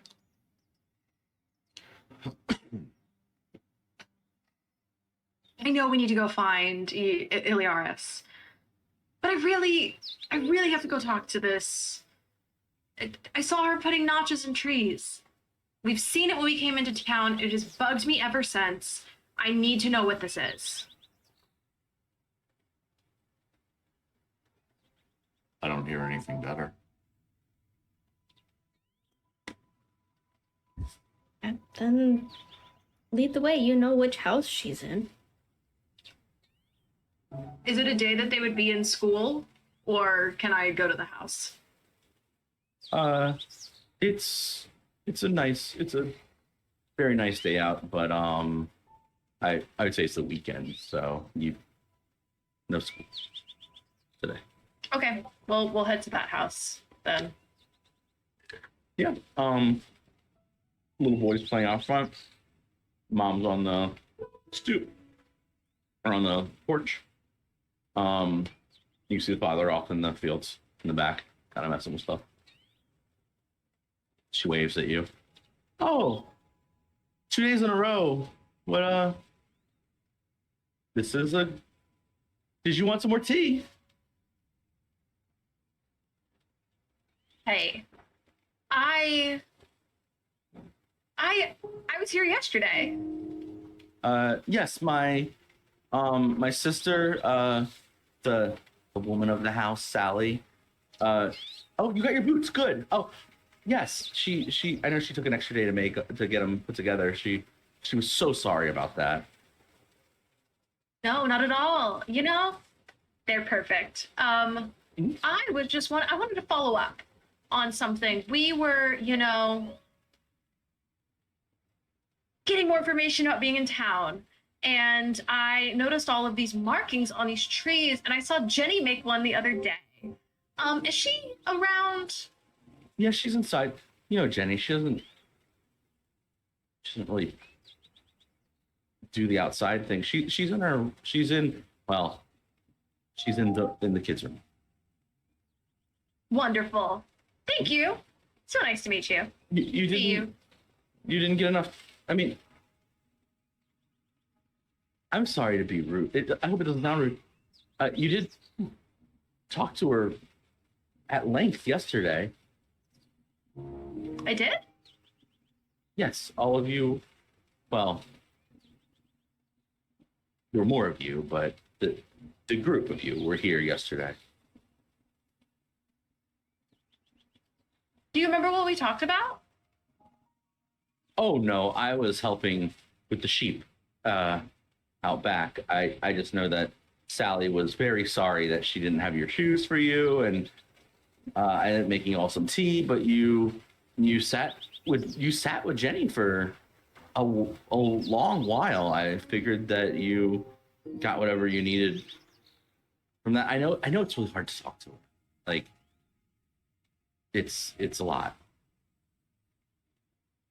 Just some follow-up questions, if you don't mind. We don't want to be a bother, but it would be really helpful. Okay, but Sally's not here to help this time, so and I don't know sign language. So if you need any help, let me. I don't. I can do my best. We can get you. She's a We'll little figure girl. it out. We'll Okay. figure it out. Waves. Thank you. Shows you inside. Same room as last time. Okay.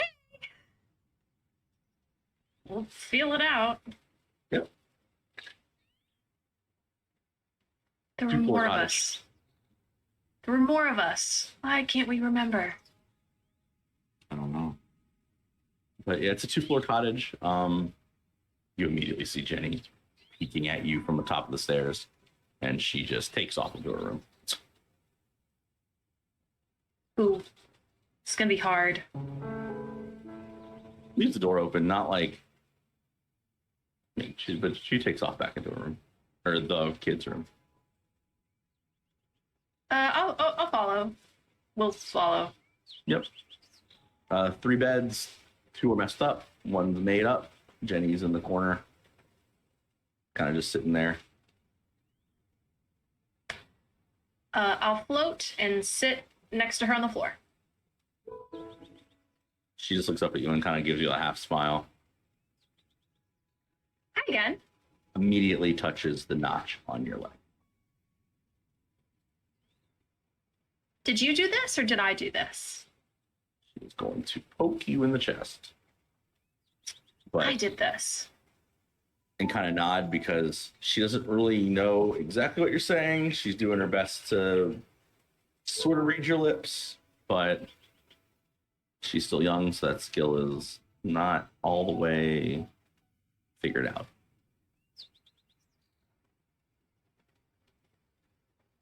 Does she know how to write? If I bring out paper? As well as like a 7-year-old knows how to write.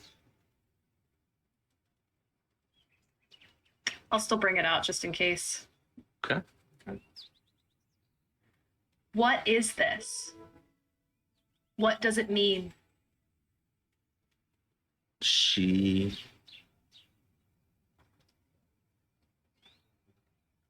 I don't remember. She like doesn't know. It's hard. Give me a presence roll for like the sign language of it all. You know what I mean? Okay, because I would probably You're trying to do charade, basically. I would draw it. I'll add to that. I'll draw it on the paper of like a tree and do the marks and do Yep. 3 trees, 1 with 1, 1 with 2, 1 with 3. Cool. Go ahead.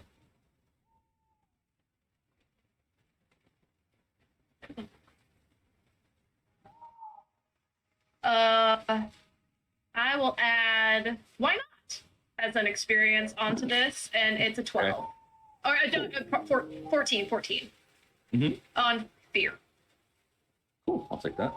And she will get up and run over to like her bed and like slide under it and pull out the paper and bring you back the same piece of paper that you drew yesterday in the same way.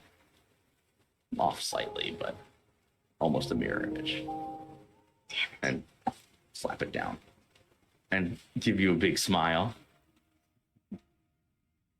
Good job.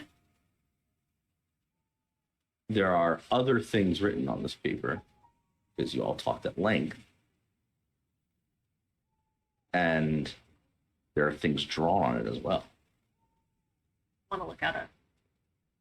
And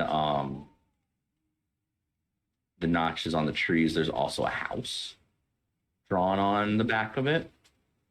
And there is a very long, above the house, it looks like maybe a big snake with a face drawn, craning above the house. Does the house look familiar? It is a chalk house on a piece of paper. I didn't know if it had like No. noticeable windows, structure. Okay. No, this is a child drawn house with a snake coming out of the chimney. There's no Maybe, gingerbread trim or anything. Nothing like that. No. It just and it has a face, like a straight face on it. If it's usual smiley faces, instead of the smile, it's just straight face.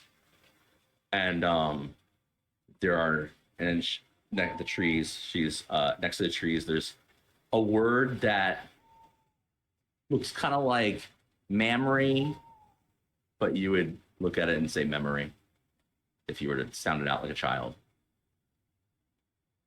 Memory. Does this have our memories? She is like watching your mouth. You'd have to repeat it many times.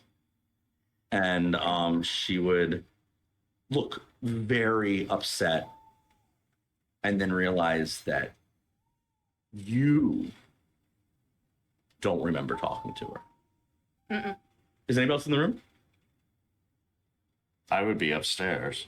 I would be interacting We would have with the followed, child, but yeah. I'd be in the same room Okay. or at the door of the room while Caden is talking to her. At least as far as Zara would have let me go into the house, knowing how panicked I was. Yeah. So yeah, that's fine. You all are upstairs. Zara is pacing back and forth outside, basically. This little girl will run over to the window and like look out the window upwards and look like upset, anxious. There is a point past frightened where you just accept things, and this is this little girl. She is past the point of being scared of whatever is going on and has accepted that it's happening. And she is now running back and looking at you, and she points at your leg, points at the tree, and says, like looks at the paper and like pulls a big piece of paper out and like puts it down and writes, "You saw it." And then points to the cut. I And then she points to where you had the other cut, points to the trees, and she points to you and goes, "Two. You had 2 notches in you." And she points to the trees and she starts counting. And then points to herself.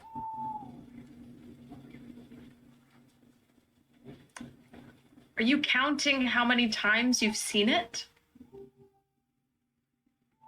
Holds it up and shakes her head and points to the thing above the house in the picture.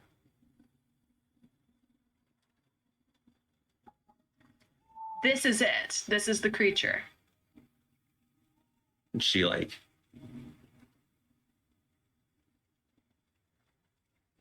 shakes her head and kind of understands, and then just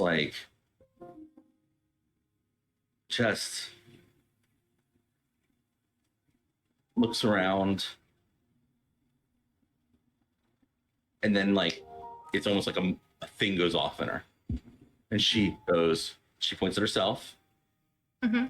And she brings you to the window and points at the little boy playing outside, and then points to 3 beds and looks at you like, "Please get it." Oh, there's only one little boy playing outside? Right. Creature 3 children. Where's the third? She shakes her head, very scared. I have 2 notches for 2 people that are missing in our party. Yes. We're missing 2 people. I made the first notch when Zach left. And she points to the word memory. I made the notch when I forgot. All of the notches around the place are for people who are gone. And she just Sense. looks so happy that finally, like, somebody's getting this. And then she looks at you, and she looks back at the paper, and she shows you all the same papers from yesterday. And she looks at you like, you got this yesterday. Shit. Oh, remember.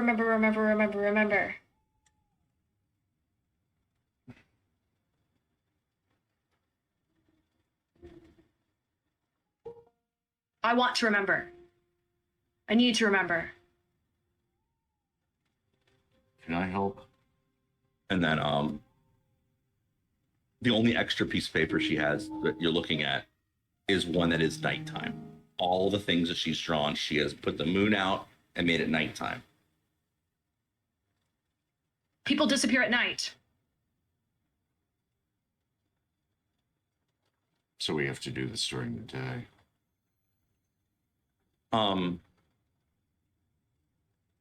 But she's like,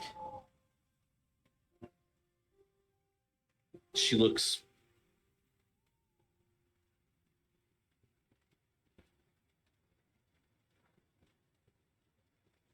oh man, this is really hard because I don't know how I'm trying to think of how she would do this. She'd circle the trees notches and do the nighttime thing, like show you the nighttime, but she would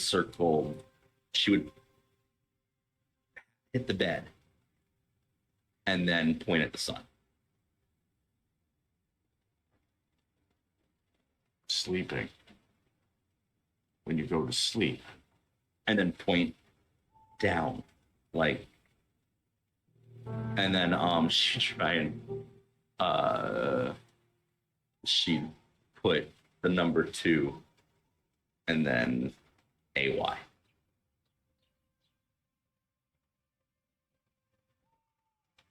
The day?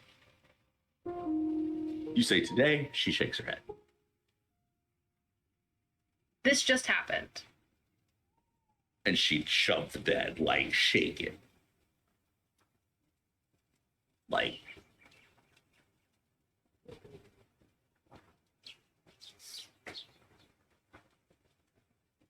He just went missing. and then she look back at the page that says today. Well, to AY. Went missing today.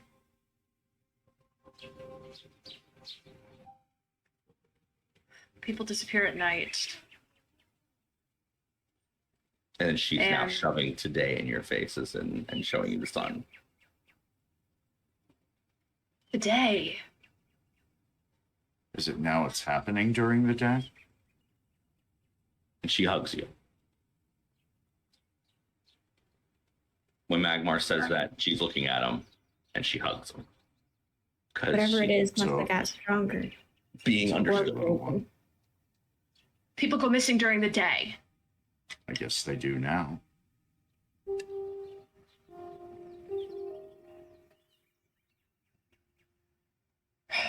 Okay.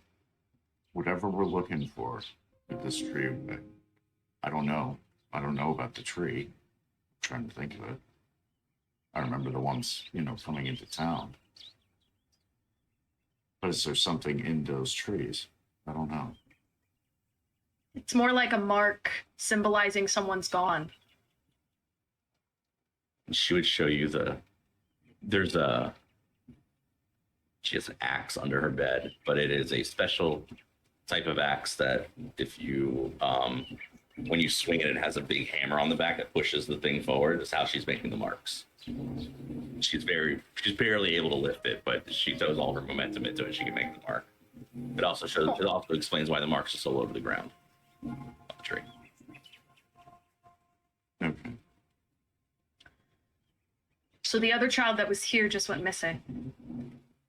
She like puts her hand around the sun, and it's like shaking her head. Went missing during the Son? day. Yeah. Yeah. And then it takes our memories with it. When the people go missing. But she's gonna point at you all when you say memories. Takes your memories. Do you remember?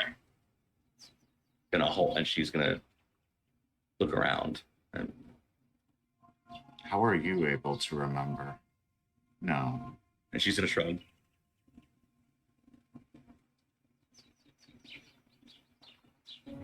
Do they take the words that we're saying?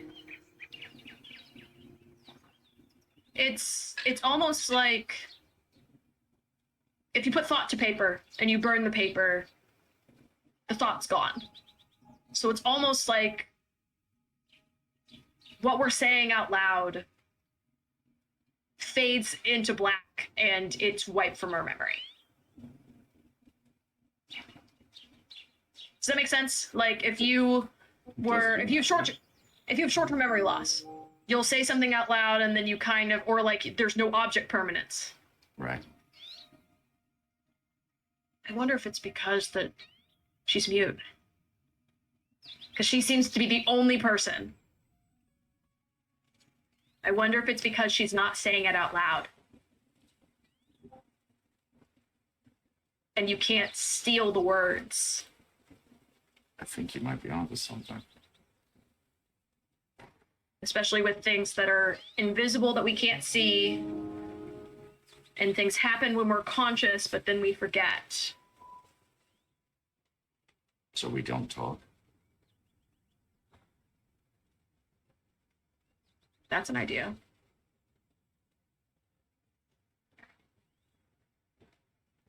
You might not be fully right, but it's an idea. That's what I I've mean, it would explain why Zara's so anxious. You would open her mouth and say Zara in that very, I mean, she's deaf, so that voice. And look around like she knows who she is. Yeah, she's outside. And then she'd look puzzled. Can I go to the window and make sure she's still there? And she'd look and she'd hold up she has a like very fluffy, chubby doll that she sleeps with, and she'd hold it up and look at you all like,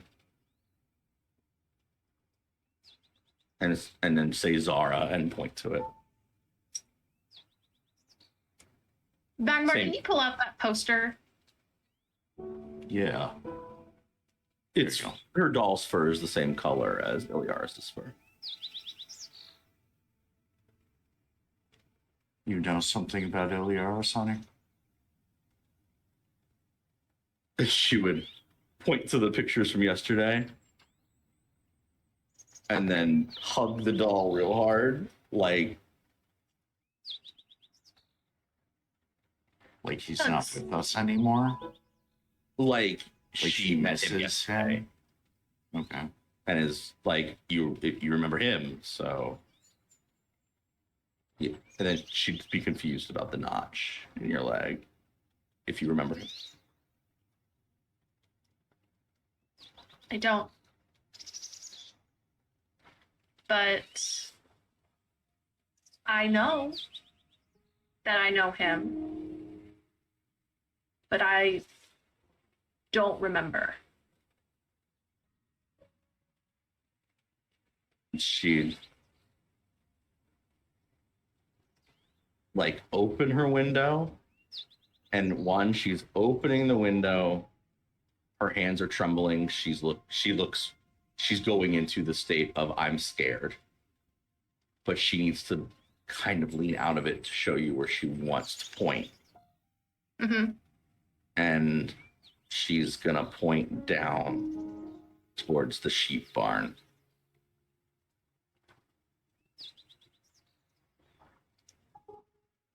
Where we were bedded down, I guess. Last No. time. This is No. gonna be pointed down like the sheep barn. Oh, that from you- the first encounter. Okay, I see. Yeah. Okay. And she's gonna point to it and like gesture like, and then but like as she's pointing to it, she's like looking up, and like she's looking at something. At least that's what it feels like. And she's trembling and scared, Come here. and she's And- like, I hold her. yeah, and she, but like, this is like a child who is afraid of something in like with them. You know what I mean? Like this is Right. Yeah. But still touch and, you know, Oh yeah, no, she's he's doing the protective dad thing because that's what he does. and she's like taking the breath, but the second she gets back in the room, she kind of like settles down a bit, and then kind of like shrugs and like looks at you.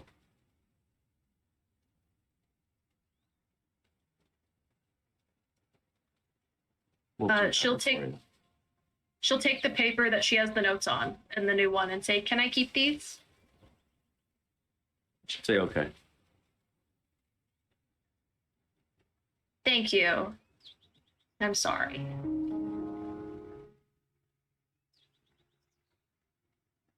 We're gonna do our best, okay? She'd like look around.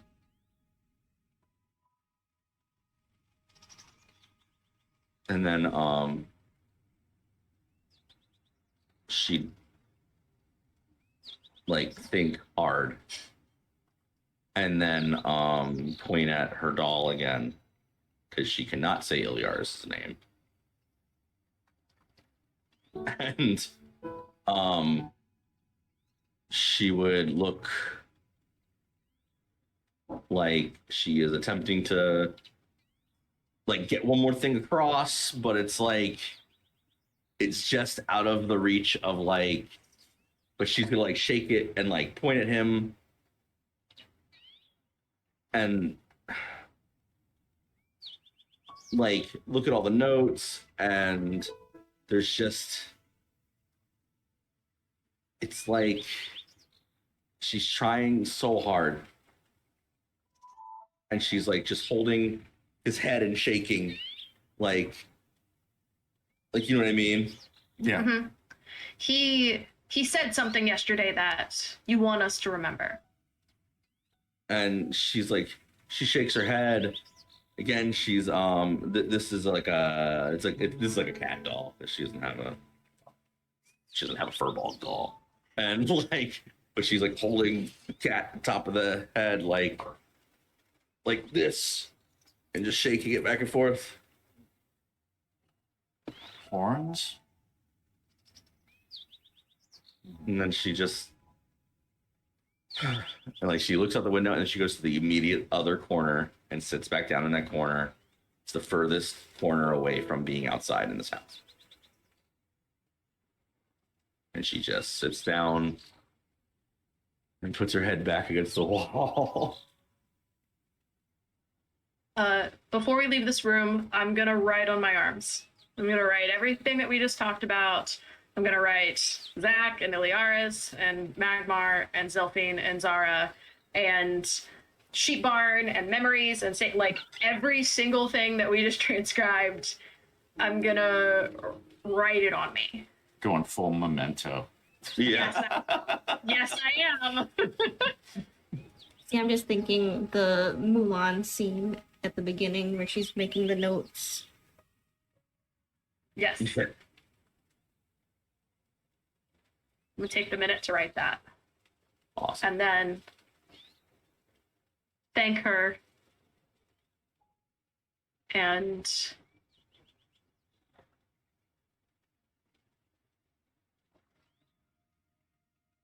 we will try to remember. We'll do our best. We don't want to forget anymore. No. I guess we're going to the sheep barn. Certainly looks that way. Was there anywhere else that we were supposed? Yeah, was there any? The Lord's Manor. When she was shaking the Iliaris doll, or the doll that she was miming as Iliaris, was she looking towards the man? Like, which way was she looking out the window? She's looking dead at Caden. Straight at Caden, holding this thing like, please, just get it.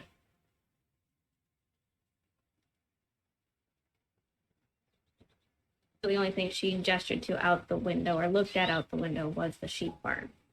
Yeah. Do I have anything else on my person besides the notches in my leg? Do you have anything else in a bag, in a pocket, in my hair?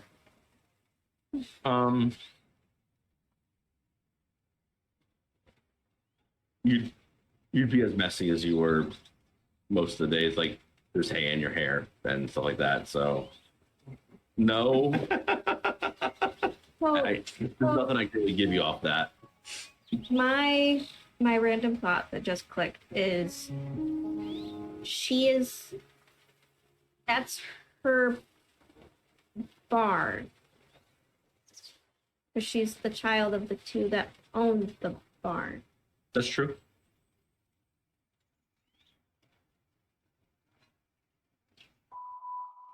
Which would make sense why she's looking that way. Because that's her house. That's her where her family went missing.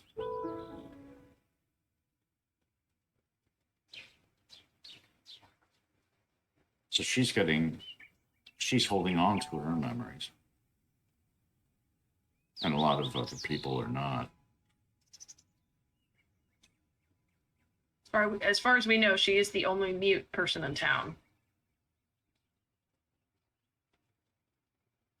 Yeah. You? Not necessarily deaf, because she can't. Well, she is deaf. Never mind. You said that she was reading lips. Never mind. Deaf.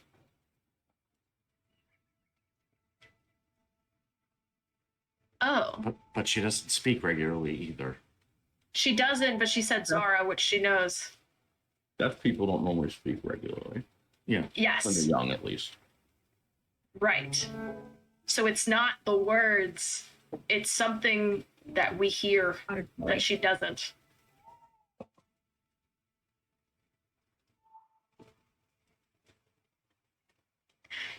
Like tinnitus. Like sometimes you've got like the ringing in Yeah. your ears. Yeah. No, I understand. I understand the concept. I'm just trying to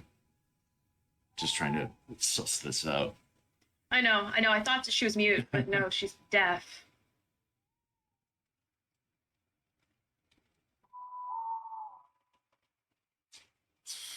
Magmar puts his hands over his ears.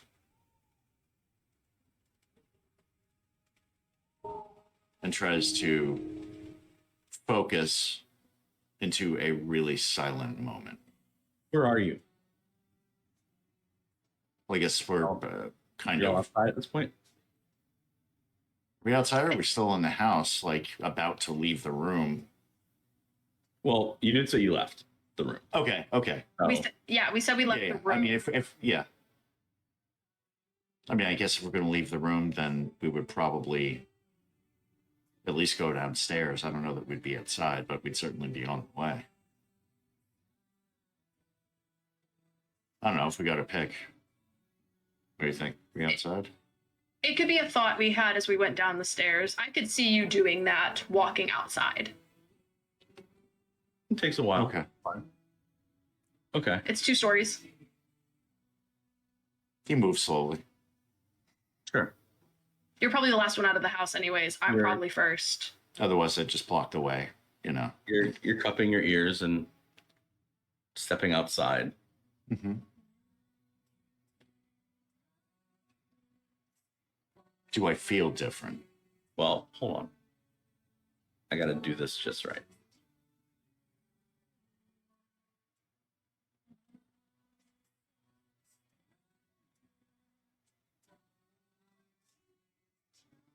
Sure. Okay. I'm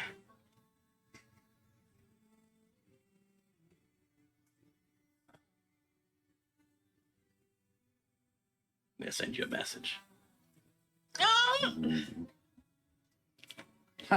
This is quite rude.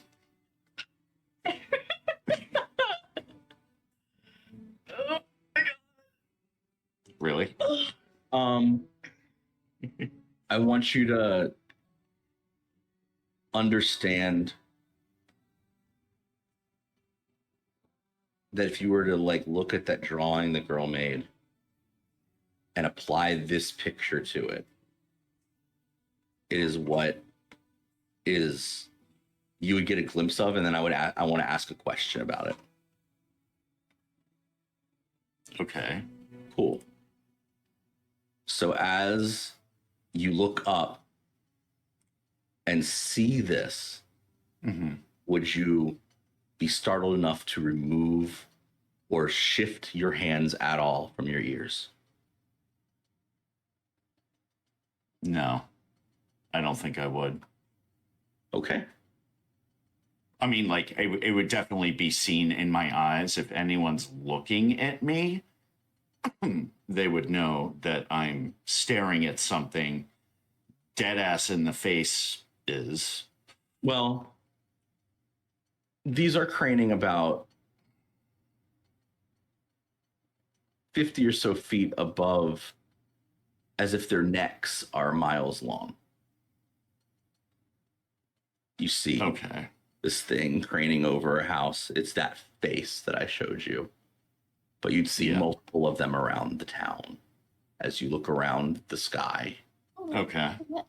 And then if you were to look to the side, one is barreling towards you across the threshold of the outer porch. The woman is sitting there watching the kids. They are sitting in front of you without anything, and this thing is about to slam into you. And I will make an attack if you do not take off your ears. But if you do take off your ears, I will have to have you roll a presence reaction roll. Oh, shit. All right.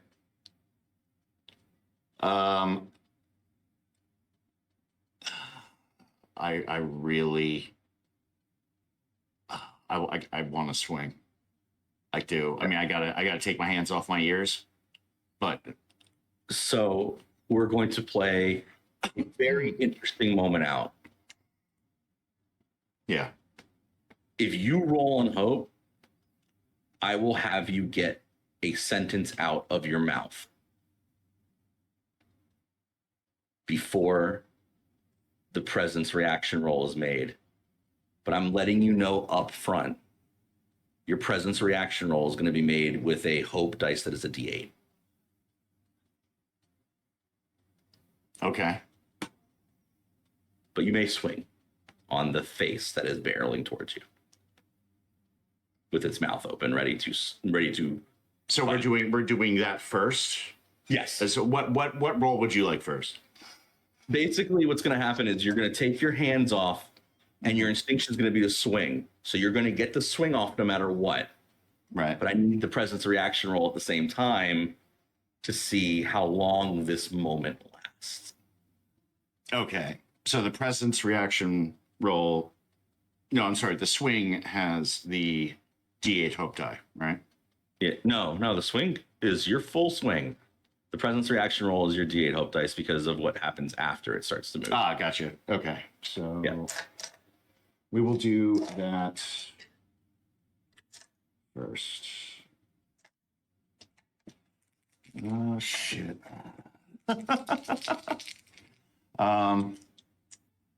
I'm going to spend a hope and apply none shall pass. And I'm going to go unstoppable. Let's see. Yeah. Yeah, I'll go unstoppable. Oh, this is getting real.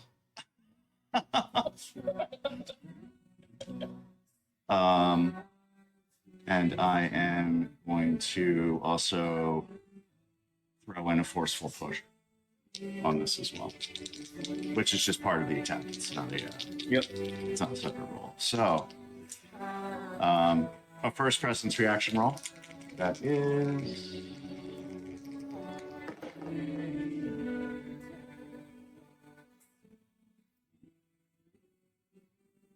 18. You hit it. But that was on the the presence reaction roll. Oh, I'm sorry. What did you? Yeah, 18. Okay. What about the head? Or what about the swing? I didn't do the swing yet. Oh, okay, cool. Okay. Presence reaction roll was on hope or fear? I'm gonna. It was a reaction roll. I have to know if it's on hope or fear. No, it was on hope. I said because I said in the beginning, if it's on hope, I'm gonna let you get a sentence out.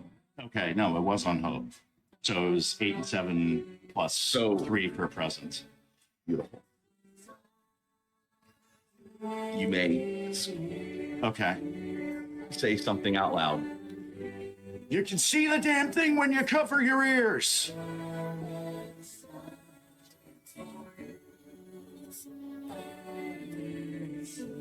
Watch this. And then I'm going to swing on it, I guess. Okay. If we're if we're doing that, then fuck it, let's do it. Yeah, anything I can add to this before I get savaged? No. So that is 9 on hope. Well, that doesn't hit. No, I don't figure that it would be. I'm gonna swing back on you, but I would also need both of them to make an agility reaction roll to not get knocked over.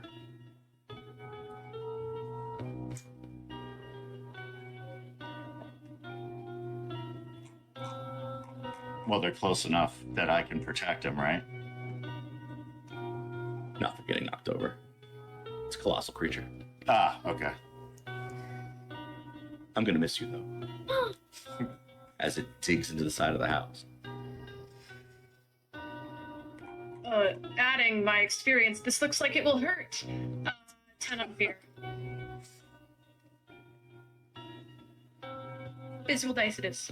Where you at, Zelfine? 12s. You got crit 12s? What? Fuck yeah. So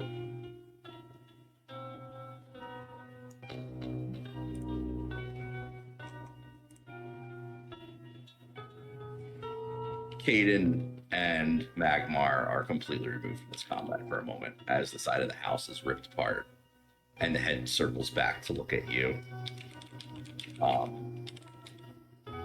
Zelfine. And then you realize that more heads are starting to pour over the side of the house like a waterfall. And I'm going to give you a moment to decide what you would like to do before I attack you with all 6 of them.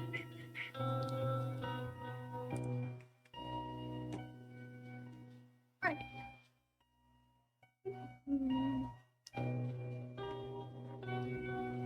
Wait, us collectively or just Sylphie? Zelfine. She's the only one that is currently can see it. Excellent.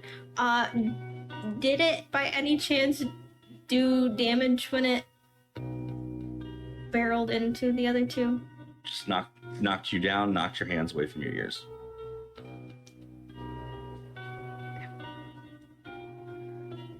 Darn. 2 of the heads are making this crazy noise. It's like they're singing as the others skirt down around the house to come get you. But you are the only thing it's worried about as a child plays in the yard and a woman knits on the front porch with this thing sliding past her. And now Magmar standing next to Aiden very, very quietly in the yard. Almost like they're having a conversation together. And Zara having a full fucking fit and attacking the neck of one of them. Nice. Good job, Zara. What to do? Good kitty.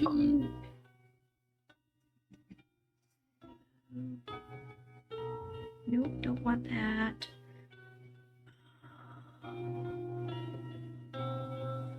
You know what? Lightning Strike hasn't failed me yet. So you're choosing to attack it, is my point.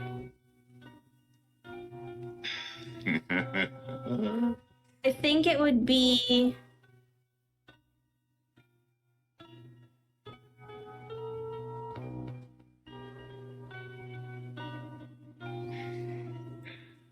Because that's the only real thing that she has besides run away, aka strategic retreat.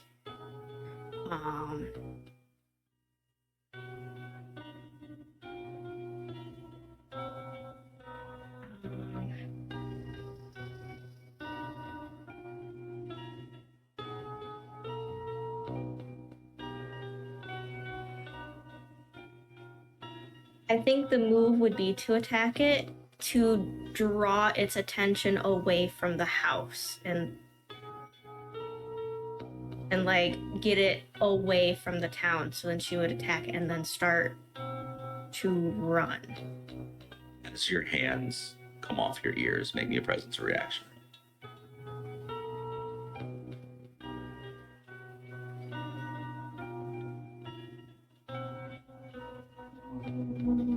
Of course. I'm not going to spend the fear this time to bump the difficulty. Oh, you're so nice.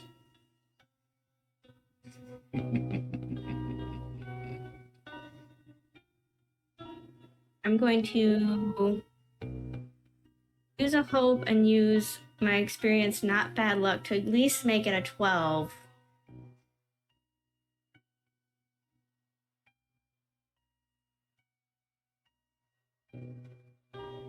I need you to make me a strength reaction roll now. Oh no. And then we're going to talk through the scene after that.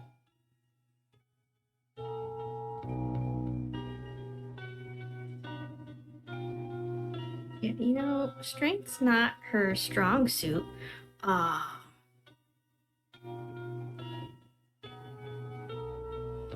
Is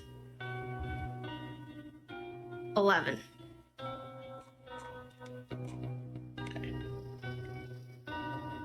Magmar and Caden are talking on the front yard. It's almost like this, you know, when you're in a dream and you like come to in a dream and you're like having this weird conversation that doesn't make sense, but you're like really into it with whatever the person is you're talking to. Yeah. It's like that, like hazy, weird. I mean, it's the same thing if you're high, I guess, but you know, I'm gonna use the dream state because we're playing the game. And you two are like, well, next we're supposed to go to the thing. Well, and then Zelfine, you're gonna turn and say, or you know, the Lord's, and then you're going to shift and be dragged down the road. And your armor is going to begin to lose points as you take 4 armor slots worth of armor off of yourself.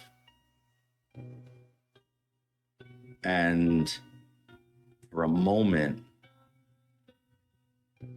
because Magmar happened to roll very high earlier, he is going to see the face again, and it's going to be a set memory that almost like clicks, and I'm going to let Magmar do that again to watch this thing pull her away very fast towards the Lord's Manor, as if it is being recoiled from a fishing rod. Like catapulted, like not Like it's being brought in. okay. This almost a mile long neck retracting back towards the Lord's Manor. And as you look around, other things will be craning in the sky, singing loudly. And you know that if you let go of your ears, you're going to have to hope that your memory doesn't get ripped apart.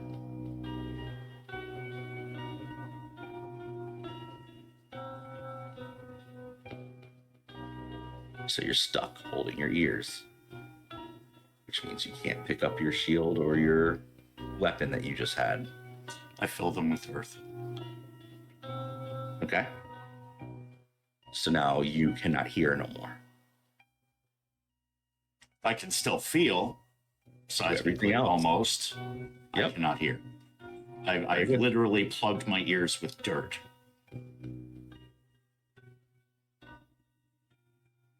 While I have my hands. Just Yep. then I pick up my weapons. Caden is still Then I turn toward talking to you as if you are having a conversation with her. and I go,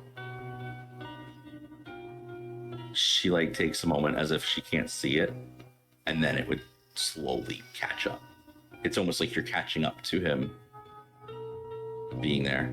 The second you cover your ears, you would see these craning faces. They almost look like humanoid, white, pale looking things. They have large jaws.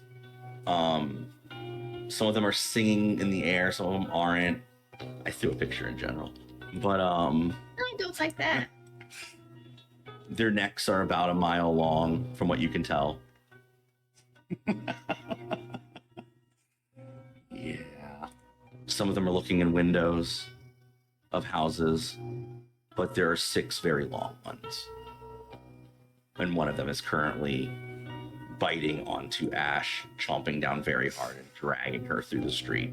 There is trails of blood. Now that your ears are covered, this town is a bloodbath. There are things everywhere. Okay.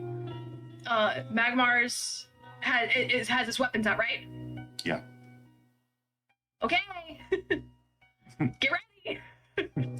You still have your hands. I have my yes, but I don't have to use my hands to use Gale Force. I can kick you to very far range and have you follow. I know that look of action on your perky face, so I'm kind of like, oh, okay. So I don't. He's going to make a conscious decision not to tether himself to the ground because otherwise you wouldn't be able to do it. So Yep. he is going to allow you to. It's like loading me into a cannon. Kick you like he's a seen this rugby. before. Because Mark is stressed to conjure a gust of winds that carries you or an ally up to very far range. Additionally, you can always control the speed at which you fall. So he's gonna land like a meteor because he doesn't have my control. But like, I can technically, I will mark a stress and I will kick him. All right. Let's fucking go. I don't know if that's a good thing or a bad thing. I'm sorry if I led you to your death. I'm so sorry. Now, is it possible? I want to turn this, if it's possible, into a double team to see if Caden can actually kick me up. To see if Caden can actually kick me up to the head that's carrying Zilphine. Yeah, I'll allow it. I would want to attack. Do either of you have 3 hope? I do. And you Two. can spend, I have 6. He can spend 3 hope to make it a double team then. Okay. All right. Well, I have a question before you do it. If Yeah. it's okay. Yes. Does your weapon do physical or magical damage? That's actually a good question. It is physical. Okay, very good. Go on. I just have to know how much HP I'm marking as you slam into this thing. So Yeah, that's it. My ears are totally covered. She is wound up and just put her entire body into and like all Magmar's of like the slamming the shield, like let's fucking go. he's fucking ready. Like load me into a cannon. I'm gonna go be a fucking hero.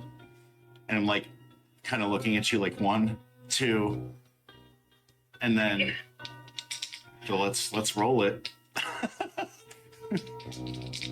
I can't decipher the look on Way's face, and it's driving me crazy. Well, I can't- we're gonna do it. I Do can't- it. Whatever. I'm ready. I'm having an absolute ball. I mean, I'm I rooting don't- for you guys. I don't like Why? I've got a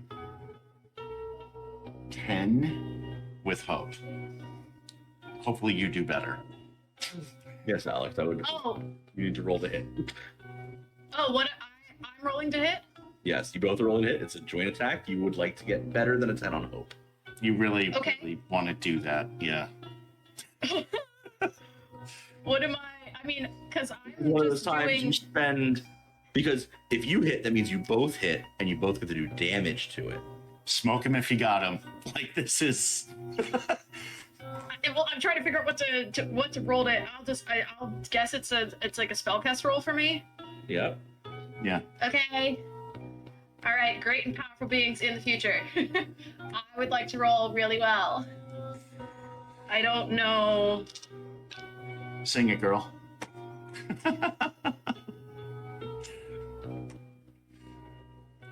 Oh god, I hope.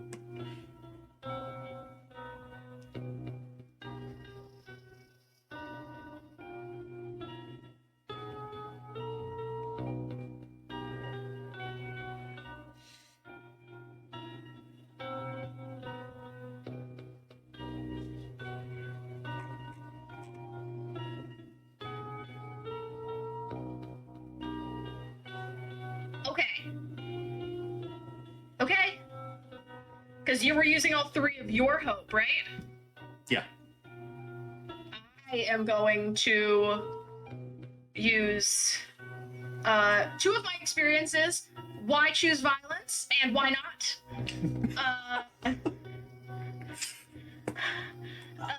For an 18 on hope. We do play Make It Take It. Oh shit. So, roll it. The head, yes, the head has an 18 difficulty. You will hit it. That's why I've been spending my fear tokens to make it higher, so that I know that you all would miss the presence roll the whole time. Alex, for this you will add a an unarmed strike's worth of damage since you're kicking. Okay. I think.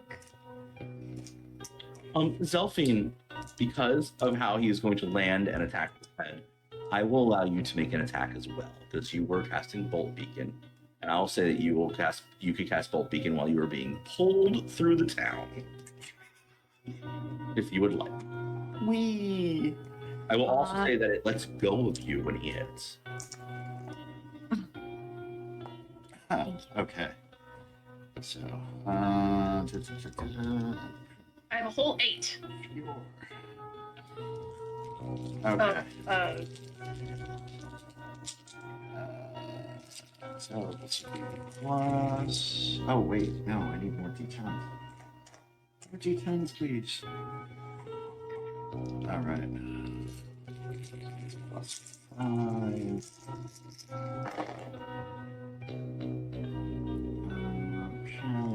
and drop the list. Okay. So 12, 16, 24, 34 physical damage from me. So 34 plus 8. Yeah. It's my unarmed strike. Yep. So you will do Every little bit helps. You'll do 2 HP worth of damage to the head, which is good. Damn right. Would would Zelphine like to strike? Oh, of course.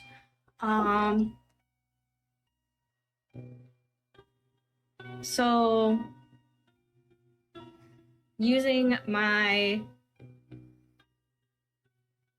last hope to use I'm a hex girl to make it an 18 on fear. Mm-hmm. So that'll do.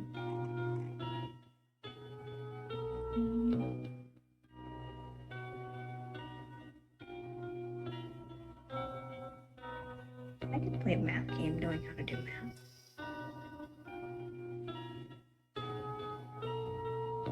Doing math. Is Oh, cool. I gained one or more. 33 magic. And the next time it does damage to an ally, it is reduced by half. Solid. 1 second. There's not gonna be next time. Don't worry about it. Oh. Not for this head, at least. Okay. You watch as this. Magmar, you slam into it, bloody it. She fall like gets spat out of its mouth, thick blood that's not hers on her, just like mucousy blood from inside of its mouth. Its tongue is covered in it. And then Bolt Beacon comes down, and as this thing tries to rear back, it's almost like its head rips open, falls, and the wound is cauterized closed by the lightning, and the neck just limply lands next to you all. And you're standing in a large cabbage field out front of the Lord's Manor. And there is blood everywhere and fur everywhere. Because this is the same spot that Iliaris was ripped apart in.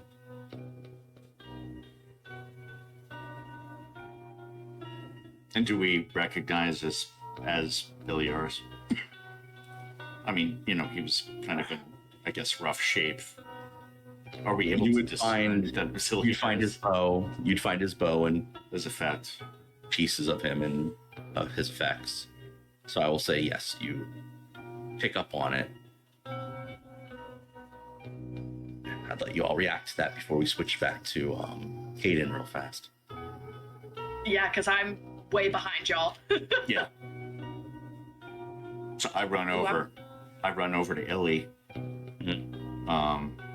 I see the bow, and I just pick up his head, his lifeless head.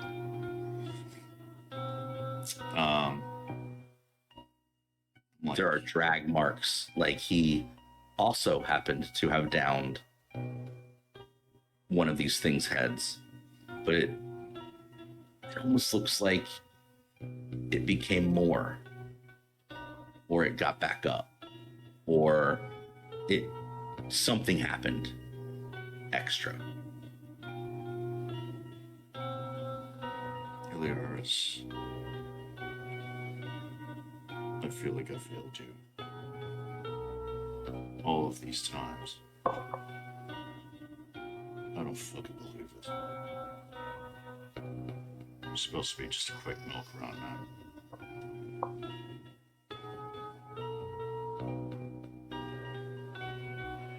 I feel like a failure. At least we finally figured this out, brother. While you're doing that, Bucky runs up your shoulder. Or whatever the... Captain Crunch. Captain Crunch. In my head, it's Bucky. Captain Crunch. See, I remember. No, Captain Crunch runs up your shoulder and just stops and looks at you. And I'm going to switch to Alex and go to that last. Okay. Caden, you're still holding your ears?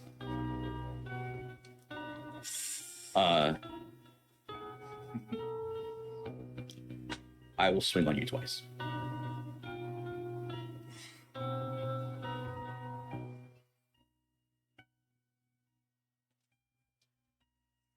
One will be a 15, the other one's going to be a nat 20. So I know I hit you with at least one. Shit. I wish I had one more hope. Yeah, my evasion's 15. Okay. Those both hit. Uh-huh. Because if I have one hope. If I had one more, I've got shit I can do. But I do not. It's fine.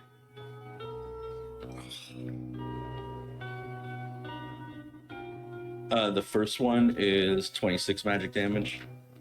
Okay. And the second one is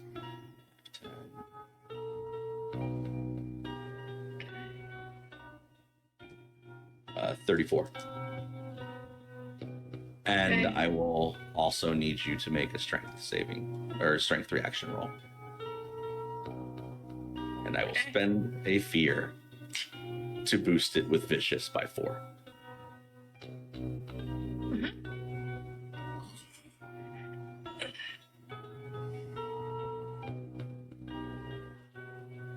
And I'm going to give you a choice. Ooh. Little me. You are either going to drop your hands from your ears and make a presence reaction roll with a D8 instead of the D12, or you're going to make your strength one off with that D8 instead of a D12. And I promise you, this is the most important roll of the game for you so far. Oh. Well, one is a +2 and one's a -1. But man, I don't think I'm dropping those hands though. I know. I don't think I'm dropping those hands. I don't know. I think she's locked in. Okay. I think she's locked in, so it's worse for me, but I'm gonna use that strength one. I think I'll do physical for this because it's a little bit easier.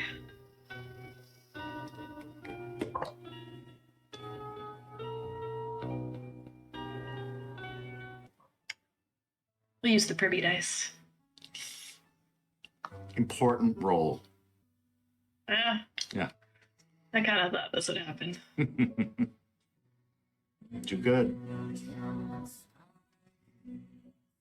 I know we haven't played together long. This is not going to go well for me, but that's okay. I need you to fucking feel me believing in you right now. Okay. Go. Not to the light. The Just roll stars, fucking the well. Just stars are with you. The stars believe in you. The stars believe in me, then it probably should be digital dice, and I got to figure this shit out. May the Guys. force be with you. We all know that my physical dice have not been doing well. Did you take him out in the starlight? I did. One of them is my star ones. Fuck it. Fuck it.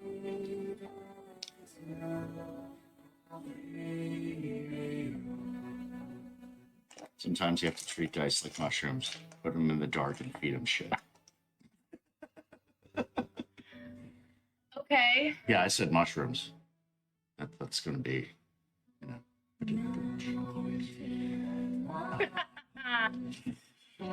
Well, it is on hope.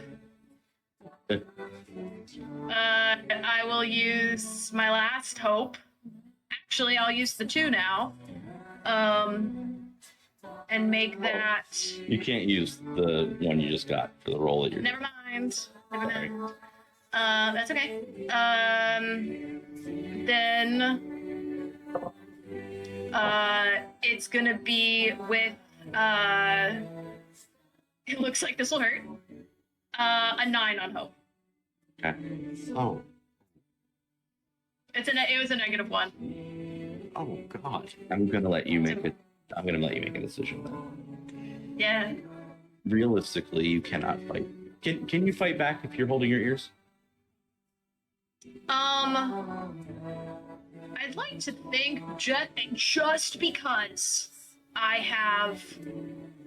I'm a sky kid, because I float and do all of this, and also I guess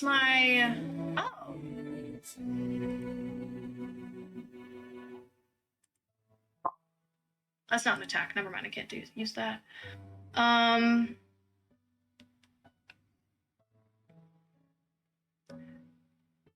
The only things that I probably could do, and let me know what is too out there. I do have that rain of blades. It doesn't necessarily say that I have to use my arms to cast. I could use my legs. Okay. The other option that I do have, I have Otherworldly Shimmer, so I can make a spellcast roll, and I can create an illusion of colors and lights that'll enthrall a target.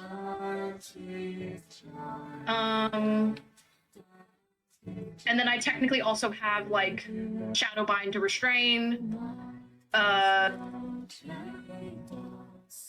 and oh, Jesus Christ! I need cards. I need physical cards. I have Silence. I have Hush. So I have 3 spellcasting options where, like, is it technically fight, win? No, but they're effects and spells. That I do. I can either restrain it, I can enthrall it, or I can silence it. Well,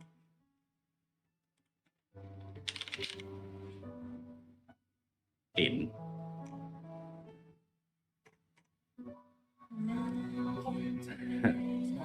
Would you like to go out on a blaze of glory? Absolutely. Wonderful. What would you like to do? I would like to create a massive fucking tornado that reaches from the from the ground to the sky. Okay. You will. The one head will slam into you and hold you down. And as it does so, you will create this force. And we will say it is Rain of Blades with a crit. That works. Okay. Can you tell me how much damage it is? And there will.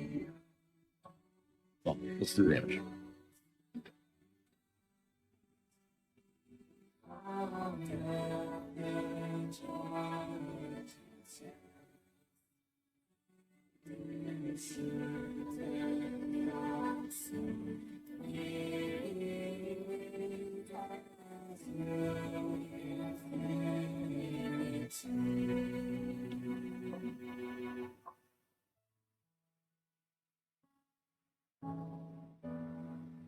It's just the Rain of Blade damage, right? With crit.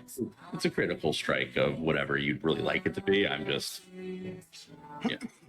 Like, I've got sneak attack because I'm technically a rogue, so I'm trying to make sure if I need to Whatever you'd factor like. that in. Let me know how much damage it is. All right. This is your Blaze of Glory.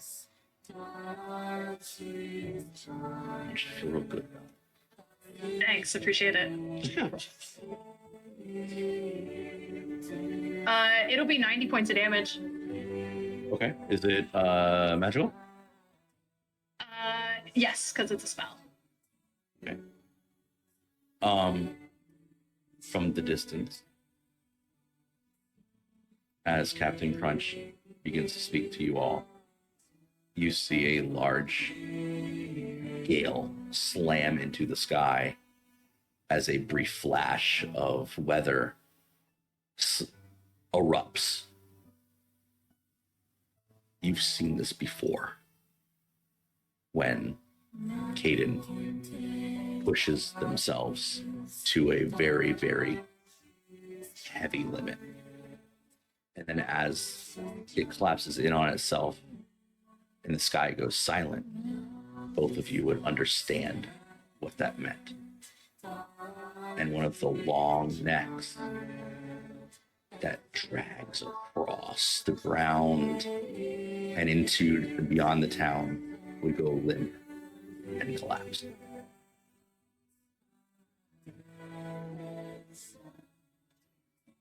And then slowly, the other one that was holding her down will crane upwards with blood rolling off of its jaw.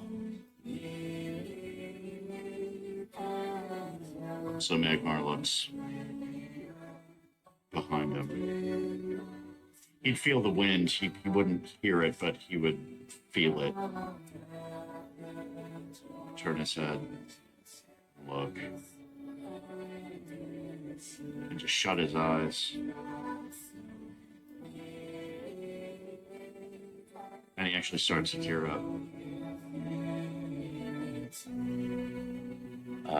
Selfina, if you would like to react as well. Punches the ground. As much as she wants to let out like one of those like caterwauling cries, like when a cat is in distress and it lets out one of those like loud pain-filled yowls. Currently, as far as she knows, the heads aren't looking this way. To her, she's also not paying attention, but this is also the middle of a battlefield. So, would you let go of your ears?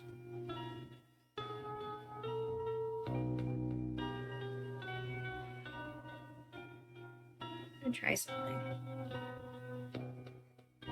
Can she? You really Is she next to me? Yeah. So, Magmar goes up to you. And she's like, allow me. So I get behind you and I try to slide my hands over your ear so that your hands are free to do something if you need to do it.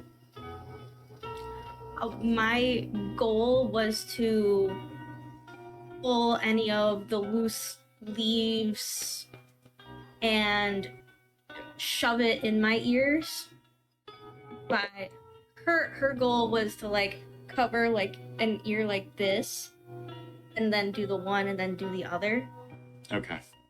Okay. So however that makes it the most comfortable for you, Magmar's going to work with you because he kind of sees what you're trying to do here and just trying to give you hands free. Just to make the comment, okay, to put it to rest. Caden, thank you for playing and being a part of this. It's so much fun. I'm very glad I got to put you through this, Alex.